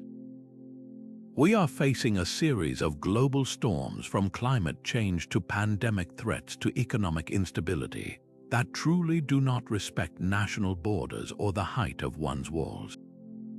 A virus that emerges in one corner of the world can circumnavigate the globe in days. Carbon emissions from one nation contribute to rising sea levels that threaten another. These challenges make the ancient proverb not just a philosophical comfort, but a practical necessity for survival. They demand that we move beyond a narrow mindset of us versus them and recognize our shared fate on this planet. Our interdependence is no longer a spiritual ideal but a stark reality. The lesson is clear: we can either retreat into the futile attempt to save only our own roof, or we can work together to strengthen the entire village, understanding that in a world where the rain falls on everyone, our own safety is ultimately bound up in the safety of all. There is a beautiful, self-perpetuating cycle at the heart of all true learning, a natural progression that this Ethiopian proverb captures with elegant simplicity.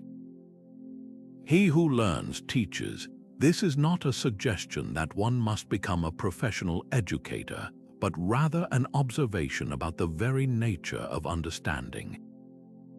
In the highlands of Ethiopia, where this wisdom was forged, knowledge was not a commodity to be hoarded but a vital resource for communal survival, a flame that grew brighter the more hands it passed through. Oral traditions, intricate weaving techniques, agricultural practices, and historical narratives, these were the threads of cultural fabric, and if they were not actively taught to the next generation, the entire tapestry would unravel. The act of teaching was therefore not a separate profession. It was the final, essential step in the process of learning itself, the point where an individual's understanding was tested, refined, and woven back into the community. This ancient insight finds a powerful and unexpected ally in modern cognitive science through a well-documented phenomenon known as the protégé effect. Researchers have found that when we learn with the intention of teaching the material to someone else, our own learning becomes significantly more effective. This happens for several reasons. First, the expectation of teaching shifts our cognitive strategies. Instead of passively absorbing information, we become active organizers of knowledge, structuring it logically and identifying the core principles because we know we will need to explain them clearly. Second, it heightens our metacognition, our awareness of our own understanding. As we prepare to teach, we are forced to confront the gaps in our own knowledge, the fuzzy areas we might have glossed over if we were only learning for ourselves. This process of filling in those gaps, of answering our own questions before they are even asked, leads to a much deeper and more robust form of mastery. The Ethiopian elders understood this intuitively. To teach is to learn twice. History's most revered teachers were, without exception, its most devoted students, living embodiments of this eternal cycle. The great philosopher Socrates, who taught an entire generation of Athenians through his relentless questioning, never claimed to be a sage possessing all knowledge. Instead, he famously declared that true wisdom is knowing that you know nothing. His entire method was one of co-learning. By engaging in dialogue, he and his students would peel back layers of assumption together, discovering truth through shared inquiry. Centuries later, the same principle animated the life of Marie Curie. As the first woman to win a Nobel Prize and the only person to win in 2 different scientific fields, she was a generator of monumental knowledge. Yet, she was also a dedicated teacher who believed passionately in making science accessible. She personally trained a generation of researchers, including her own daughter Ian, who would also go on to win a Nobel Prize. For Curie, the groundbreaking research in her lab and the instruction of young minds in the classroom were not separate pursuits. They were 2 sides of the same coin, each fueling the other in a virtuous cycle of discovery and transmission. This profound interdependence between learning and teaching is the very engine of cultural continuity. Imagine a chain stretching back through time, each link a generation. Knowledge is passed from one link to the next through the act of teaching. If any generation decides to only learn for itself, to keep its insights private, the chain is broken and everything that came before is lost. This is why every sustainable human culture, from indigenous communities with their oral histories to modern societies with their universities, has developed robust systems for this transmission. It is why grandparents tell stories to grandchildren, why craftsmen take on apprentices, and why professors mentor graduate students. The teaching is what closes the loop, ensuring that the hard-won lessons of the past are not just preserved as static artifacts in a museum, but are actively understood, challenged, and built upon by the future. In our contemporary world of rapid information exchange and digital archives, this proverb takes on a new and urgent relevance. We might mistakenly believe that with the sum of human knowledge available at our fingertips, the role of the teacher is diminished. But access to information is not the same as the attainment of wisdom. The true teacher, whether a parent, a colleague, an online content creator, or a friend, does not merely transmit data. They provide context, they share passion, they offer encouragement, and they create the conditions for that magical moment of understanding to occur. They are the curators and the interpreters of the vast digital library, guiding others toward what is meaningful and showing them how to think critically about it. The Ethiopian call to teach what we learn is an invitation for all of us to participate in this grand human project. It asks us to never be a dead end for knowledge, but to always be a conduit, sharing our curiosities, our breakthroughs, and even our failures, so that others may begin their learning journey from a slightly higher point than we did, pushing the collective understanding of our species ever forward. If you want to understand the destiny of a nation, you must first look not to its halls of power or its economic indicators, but to the quiet, private world of its homes. This powerful Ghanaian insight that the ruin of a nation begins in the homes of its people presents a profound truth about the foundational layers of society.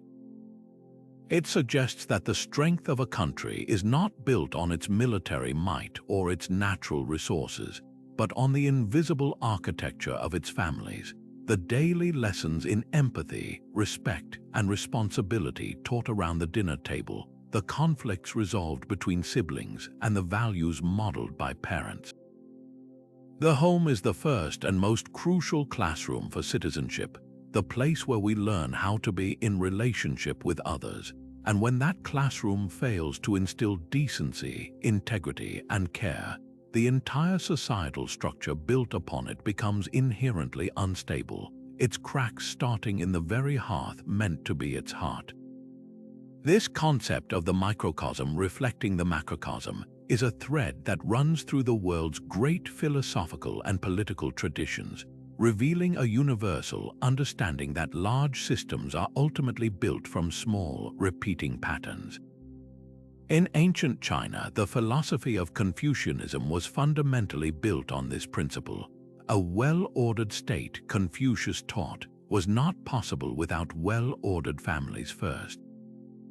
The core virtue of Zairo, or filial piety, the respect and obedience of children toward their parents, was seen as the training ground for loyalty to the emperor and respect for social hierarchy. If one could not be faithful within the small unit of the family, how could they be faithful to the vastness of the nation? Similarly, in classical Greek thought, Aristotle argued that the polis, the city-state, was a natural outgrowth of the smaller associations of the family and the village. He saw the household as the first form of community, the primary school of social and moral education. Even the foundational language of modern politics draws on this metaphor. The term patriotism itself shares a root with pater, the Latin word for father, linking love of country to the love and loyalty first experienced in the home. These diverse traditions all point to the same fundamental truth. The nation is the family writ large. Modern sociological research provides compelling, data-driven evidence for this ancient intuition, demonstrating that family dynamics are not just a private matter but a significant predictor of broad social outcomes. Longitudinal studies have consistently shown that children who grow up in stable, nurturing, and supportive home environments are far more likely to become adults who are economically productive, physically and mentally healthy, and law-abiding. Conversely, adverse childhood experiences, what researchers call ACEs, which include factors like domestic violence, substance abuse in the home, neglect, and parental separation, are strongly correlated with a higher risk of future incarceration, chronic health problems, unemployment, and the perpetuation of dysfunctional relationships in the next generation. This isn't about assigning blame to individuals, but about recognizing a clear pattern. Trauma and instability within the home create a ripple effect that burdens healthcare systems, law enforcement, and social services for decades. A nation with a high prevalence of broken homes is, in effect, building its future on a fractured foundation, ensuring that its institutions will be constantly managing the symptoms of domestic decay rather than fostering collective flourishing. History offers us stark, sobering examples of civilizations that serve as cautionary tales, where a decline in domestic and communal virtues preceded a broader societal collapse. Many historians point to the later years of the Roman Empire as a prime example. As the empire grew fabulously wealthy and powerful externally, numerous contemporary writers like Juvenal and Tacitus lamented a perceived internal decay of traditional Roman family values. They wrote about a rise in divorce, a culture of hedonism and self-indulgence among the elite, and a neglect of the civic duties that had once been taught in the home. Whether this moral critique was entirely accurate or partly nostalgic, the argument is that the rigid, disciplined Roman family structure that had produced loyal soldiers and dutiful citizens gradually eroded, contributing to a loss of social cohesion that made the empire vulnerable to external pressures and internal fragmentation. The strength of the Roman legions could not ultimately compensate for a weakness in the basic building blocks of Roman society. In contrast, we can look to societies that have demonstrated remarkable resilience, often attributed to their intense focus on strong family and community foundations.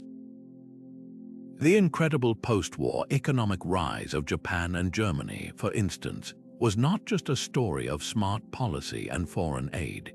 It was fueled by a profound social cohesion and a collective sense of responsibility, values that were rooted in robust family structures and a powerful sense of communal obligation that persisted even amidst the rubble. These cultures prioritized the well-being of the group over the individual, a mindset first cultivated in the home. On a smaller scale, the tight-knit immigrant communities that have historically revitalized American cities demonstrate this principle in action. These groups often arrived with few material resources but possessed a powerful cultural capital of strong family ties, mutual support networks, and an intergenerational work ethic.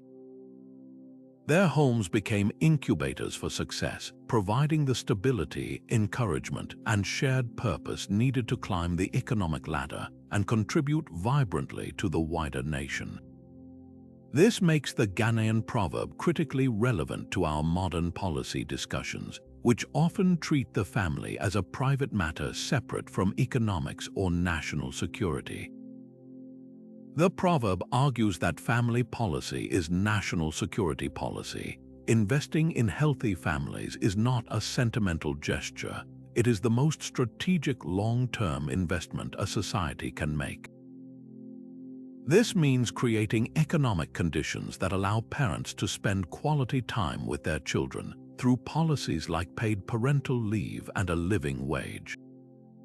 It means ensuring access to quality early childhood education and parenting resources that can help break cycles of trauma. It means supporting marriage and relationship education not out of a sense of tradition, but out of a clear-eyed recognition that stable, loving partnerships between adults create the optimal environment for raising well-adjusted children. When we support the homes of our people, we are not just helping individuals. We are literally fortifying the nation from the ground up, building a citizenry that is resilient, empathetic, and capable of stewarding a prosperous and peaceful future for all. Now consider a hunt on the ancient savannah. From one perspective, it is a thrilling story of human courage and skill, the brave hunter tracking and subduing a powerful beast to provide for the village. But there is another perspective, that of the lion and the pride it leaves behind, for whom the same event is a story of tragic loss and shattered family. This powerful African proverb asks us to hold both truths at once, declaring that until lions have their own historians, tales of the hunt will always glorify the hunter.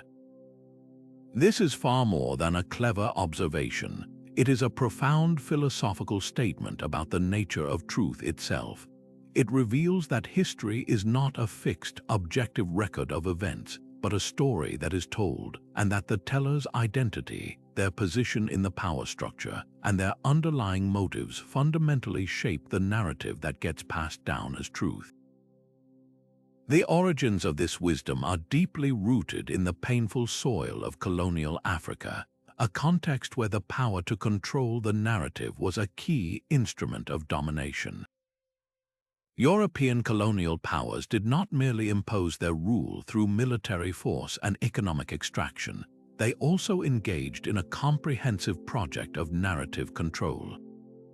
Indigenous histories, cosmologies, and knowledge systems were systematically dismissed as primitive superstition, overwritten by the colonizers' version of events.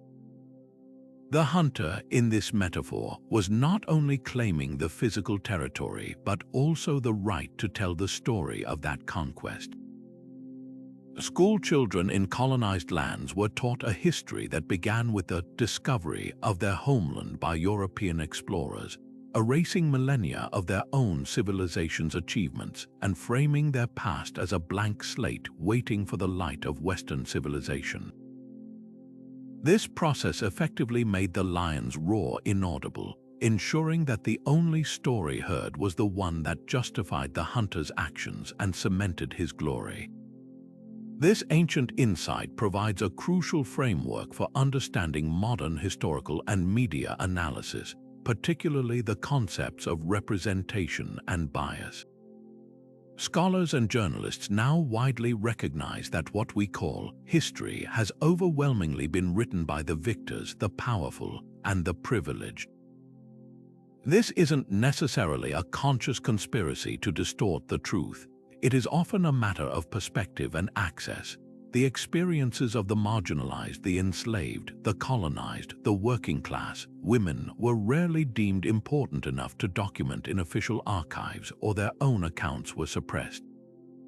This creates a profound bias in the historical record, a vast silence where the voices of the lions should roar. In our contemporary media landscape, this plays out in newsrooms and editorial boards.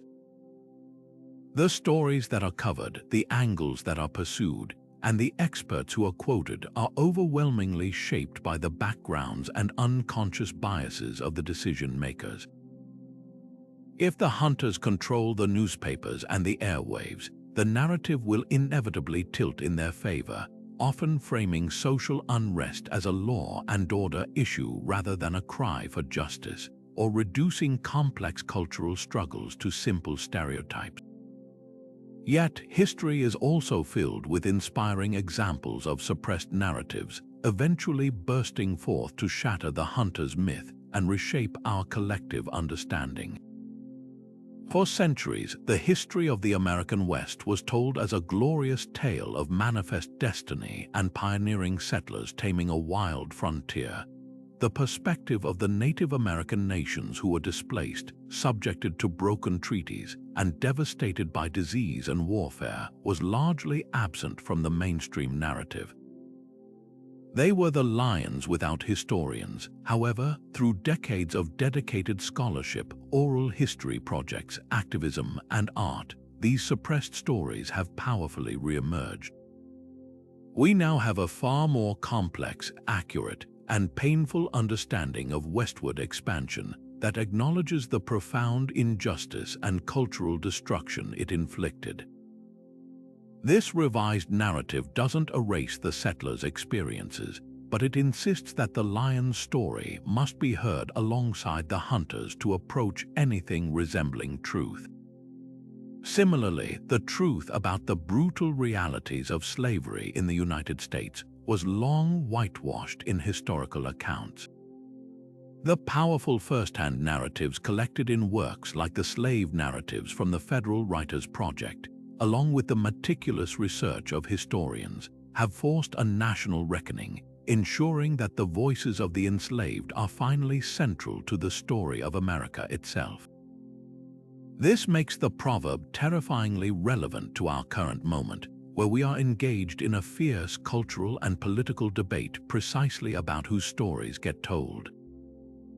The movements to decolonize education curricula, to build more inclusive museums, and to topple statues of historical figures linked to oppression are all direct descendants of this ancient wisdom. They are the demand for the lions to finally have their historians. This is not, as it is sometimes mischaracterized, an attempt to erase history, but to expand it, to add the chapters that were deliberately torn out, to listen for the roars that were silenced. It is a recognition that a single story is inherently incomplete and often dangerous because it allows power to masquerade as virtue. Justice, in this light, is not just about equitable distribution of resources in the present. It is also about the equitable distribution of memory. It is about repairing the historical record so that it reflects the full, complex, and often uncomfortable truth of our shared past. understanding that only with this complete picture can we hope to build a future that is truly fair for all. As we've journeyed from the philosophical mountains of China to the vibrant villages of Africa, from the meditative temples of Japan to the ancient forums of Greece, a remarkable pattern has emerged from these 32 distinct voices.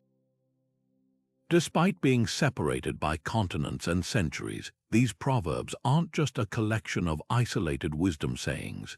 They form a symphony, a coherent and interconnected guide to human flourishing that speaks in harmony across time. When we step back and listen to this symphony as a whole, several powerful, universal themes rise to the surface, revealing what appears to be a shared blueprint for the human experience, hardwired into our species regardless of culture or era. The most prominent thread weaving through these proverbs is the theme of resilience, the unshakable understanding that adversity is not an interruption of life, but an essential part of it. The Japanese insistence to stand up 8 times after falling 7, the African acknowledgement that smooth seas never made skillful sailors, and the Chinese wisdom to plant trees for a future shade we may never see. All these point to a universal recognition that struggle is the forge where strength and character are shaped. This isn't a celebration of suffering, but a profound practical insight that the ability to persevere through difficulty is the fundamental currency of achievement. Cultures that faced harsh climates, political turmoil, and existential threats all arrived at the same conclusion. What doesn't kill you doesn't just make you stronger, it makes you wiser, more adaptable, and more deeply human. Equally powerful is the universal emphasis on community and interdependence. The Congolese proverb that a single bracelet cannot jingle, the Ghanaian warning that national ruin begins in the home, and the African saying that if you want to go far, you must go together. All these voices from different regions echo the same truth: we are not meant to journey alone.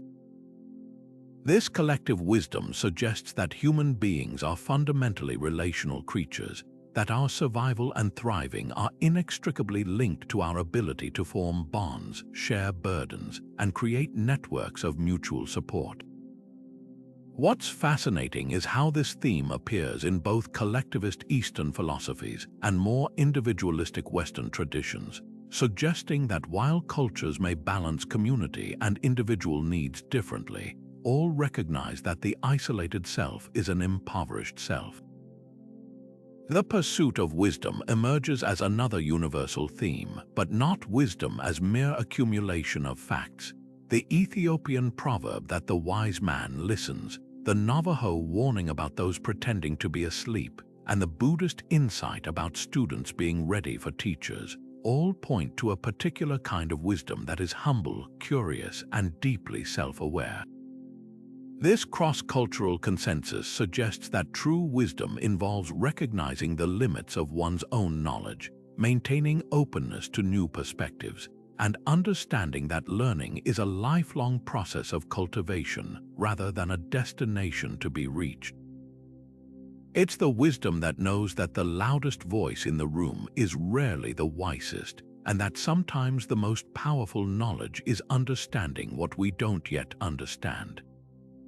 Perhaps most remarkably, these proverbs show us that diverse cultures develop nearly identical insights about perspective and ethical living. The Nigerian observation about those being carried not knowing the length of the journey, the African warning that history glorifies the hunter until lions have historians, and the Kenyan insight that force masks fear of reasoning, all these demonstrate a sophisticated understanding of how power, privilege, and position shape our perception of reality.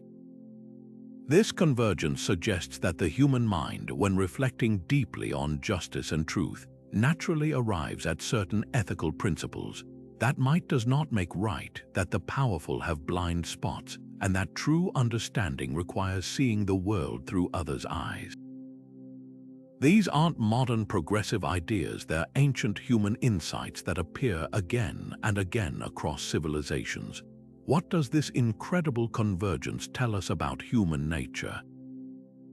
It suggests that beneath our surface differences of skin color, language, and custom, we share fundamental cognitive and emotional architecture. We all face the same basic human dilemmas: how to persevere through suffering, how to live well with others, how to find meaning in our brief lives, and how to discern truth from illusion. These proverbs represent the distilled wisdom of thousands of generations of human beings experimenting with these questions and arriving at remarkably similar answers.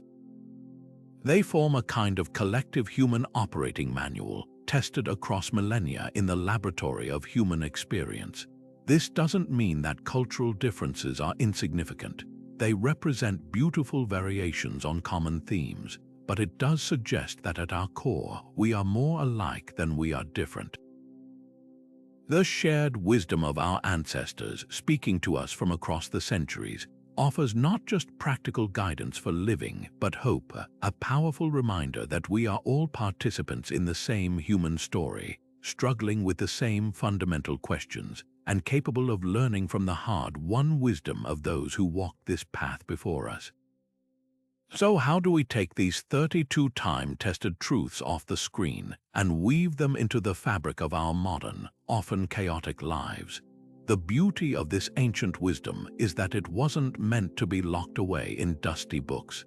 It was designed as a practical toolkit for daily living, and its applications are as relevant in our boardrooms and social media feeds as they were in ancient villages. Let's start with the realm of personal development, where these proverbs can serve as powerful anchors. When you're facing a daunting goal, whether it's running a marathon, writing a novel, or starting a business, let the Chinese wisdom of Lao Tzu echo in your mind. A journey of 1,000 miles begins with a single step. Instead of being paralyzed by the sheer scale of the project, ask yourself, what is the one small, manageable action I can take today? This could be as simple as writing one paragraph, running for just 15 minutes, or making a single phone call. This approach bypasses the brain's fear response to overwhelm and builds momentum through small, consistent victories, each one releasing a little dopamine to fuel your next effort. And when you inevitably stumble, because everyone does, the Japanese proverb offers its gentle, resilient encouragement: fall 7 times, stand up 8. This isn't about never failing, it's about redefining what failure means. Each setback becomes not a verdict on your ability, but simply data, a lesson in what doesn't work, bringing you one step closer to what does. In our relationships, both personal and professional, this wisdom becomes an indispensable guide for navigating conflict and fostering deeper connection. The next time you find yourself in a heated disagreement, pause and remember the Shona proverb from Zimbabwe: the axe forgets, the tree remembers. This is a powerful call to mindfulness about the lasting impact of our words. Before you speak in anger, consider the emotional scar your words might leave, a wound that could take much longer to heal than your momentary frustration. This isn't about avoiding difficult conversations, but about approaching them with more care and less cruelty. Then, practice the Ethiopian art of listening embodied in the saying, "The fool speaks, the wise man listens." So often in arguments, we are not truly listening to understand the other person. We are simply waiting for our turn to talk, rehearsing our rebuttal. Active listening, paraphrasing what you've heard to ensure understanding, asking open-ended questions, and validating the other person's feelings even if you disagree, can completely transform a conflict from a battle to be won into a puzzle to be solved together. And for building strong teams, whether in your family or your workplace, lean on the Congolese proverb, "A single bracelet does not jingle." Recognize that no major achievement happens in isolation. Foster a culture where collaboration is valued over individual heroics, where people feel safe to contribute their unique skills, knowing that the collective music they create together is far richer than any solo performance could ever be. When it comes to navigating the wider world and our role within it, these proverbs offer a crucial ethical compass. In an age of overwhelming information and persuasive misinformation, the African warning that you can't wake a person who is pretending to be asleep urges us to practice intellectual humility. It challenges us to constantly question our own assumptions and to be brave enough to examine information that contradicts our pre-existing beliefs. Are we curating our news feeds to only hear what we already agree with? Are we ignoring urgent issues like climate change or social inequality because acknowledging them would require uncomfortable changes? This proverb calls us out of our willful ignorance and into a more engaged and responsible awareness. Furthermore, the powerful African saying that until lions have their historians, tales of the hunt will always glorify the hunter is a direct instruction for our media consumption and social interactions. It asks us to be critical of the dominant narratives we are fed and to actively seek out perspectives from the margins, to listen to the lion stories. Follow journalists and creators from different backgrounds, read history books written by authors from the cultures being discussed, and make a conscious effort to understand issues from multiple sides before forming a rigid opinion. This expands our empathy and leads to a more just and nuanced understanding of our complex world. To make this wisdom a living part of your daily routine, consider building a simple practice around it. You might choose one proverb each week to reflect upon, writing it on a note card you keep on your desk or as a note on your phone. Throughout the day, look for situations where that proverb applies. How did seeing a conflict through the lens of the axe and the tree change your reaction? How did remembering that smooth seas do not make skillful sailors help you reframe a challenge at work? Share these insights with friends, family, or colleagues. Storytelling is how this wisdom has survived for millennia. By sharing your own stories of applying it, you become a link in that ancient chain. Finally, use these sayings as touchstones during difficult decisions. When faced with an ethical dilemma, ask yourself, does this action contribute to the warmth of the village, or does it risk creating a child who will burn it down? When planning for the future, hear the Greek call to plant trees whose shade you'll never sit in. These proverbs are not magical incantations, but they are cognitive tools, time-polished lenses that bring the blurred chaos of modern life into sharp, manageable focus. They remind us that while our technology and circumstances have changed beyond recognition, the human heart has not, and the wisdom for navigating its hopes and fears is as close as the words our ancestors left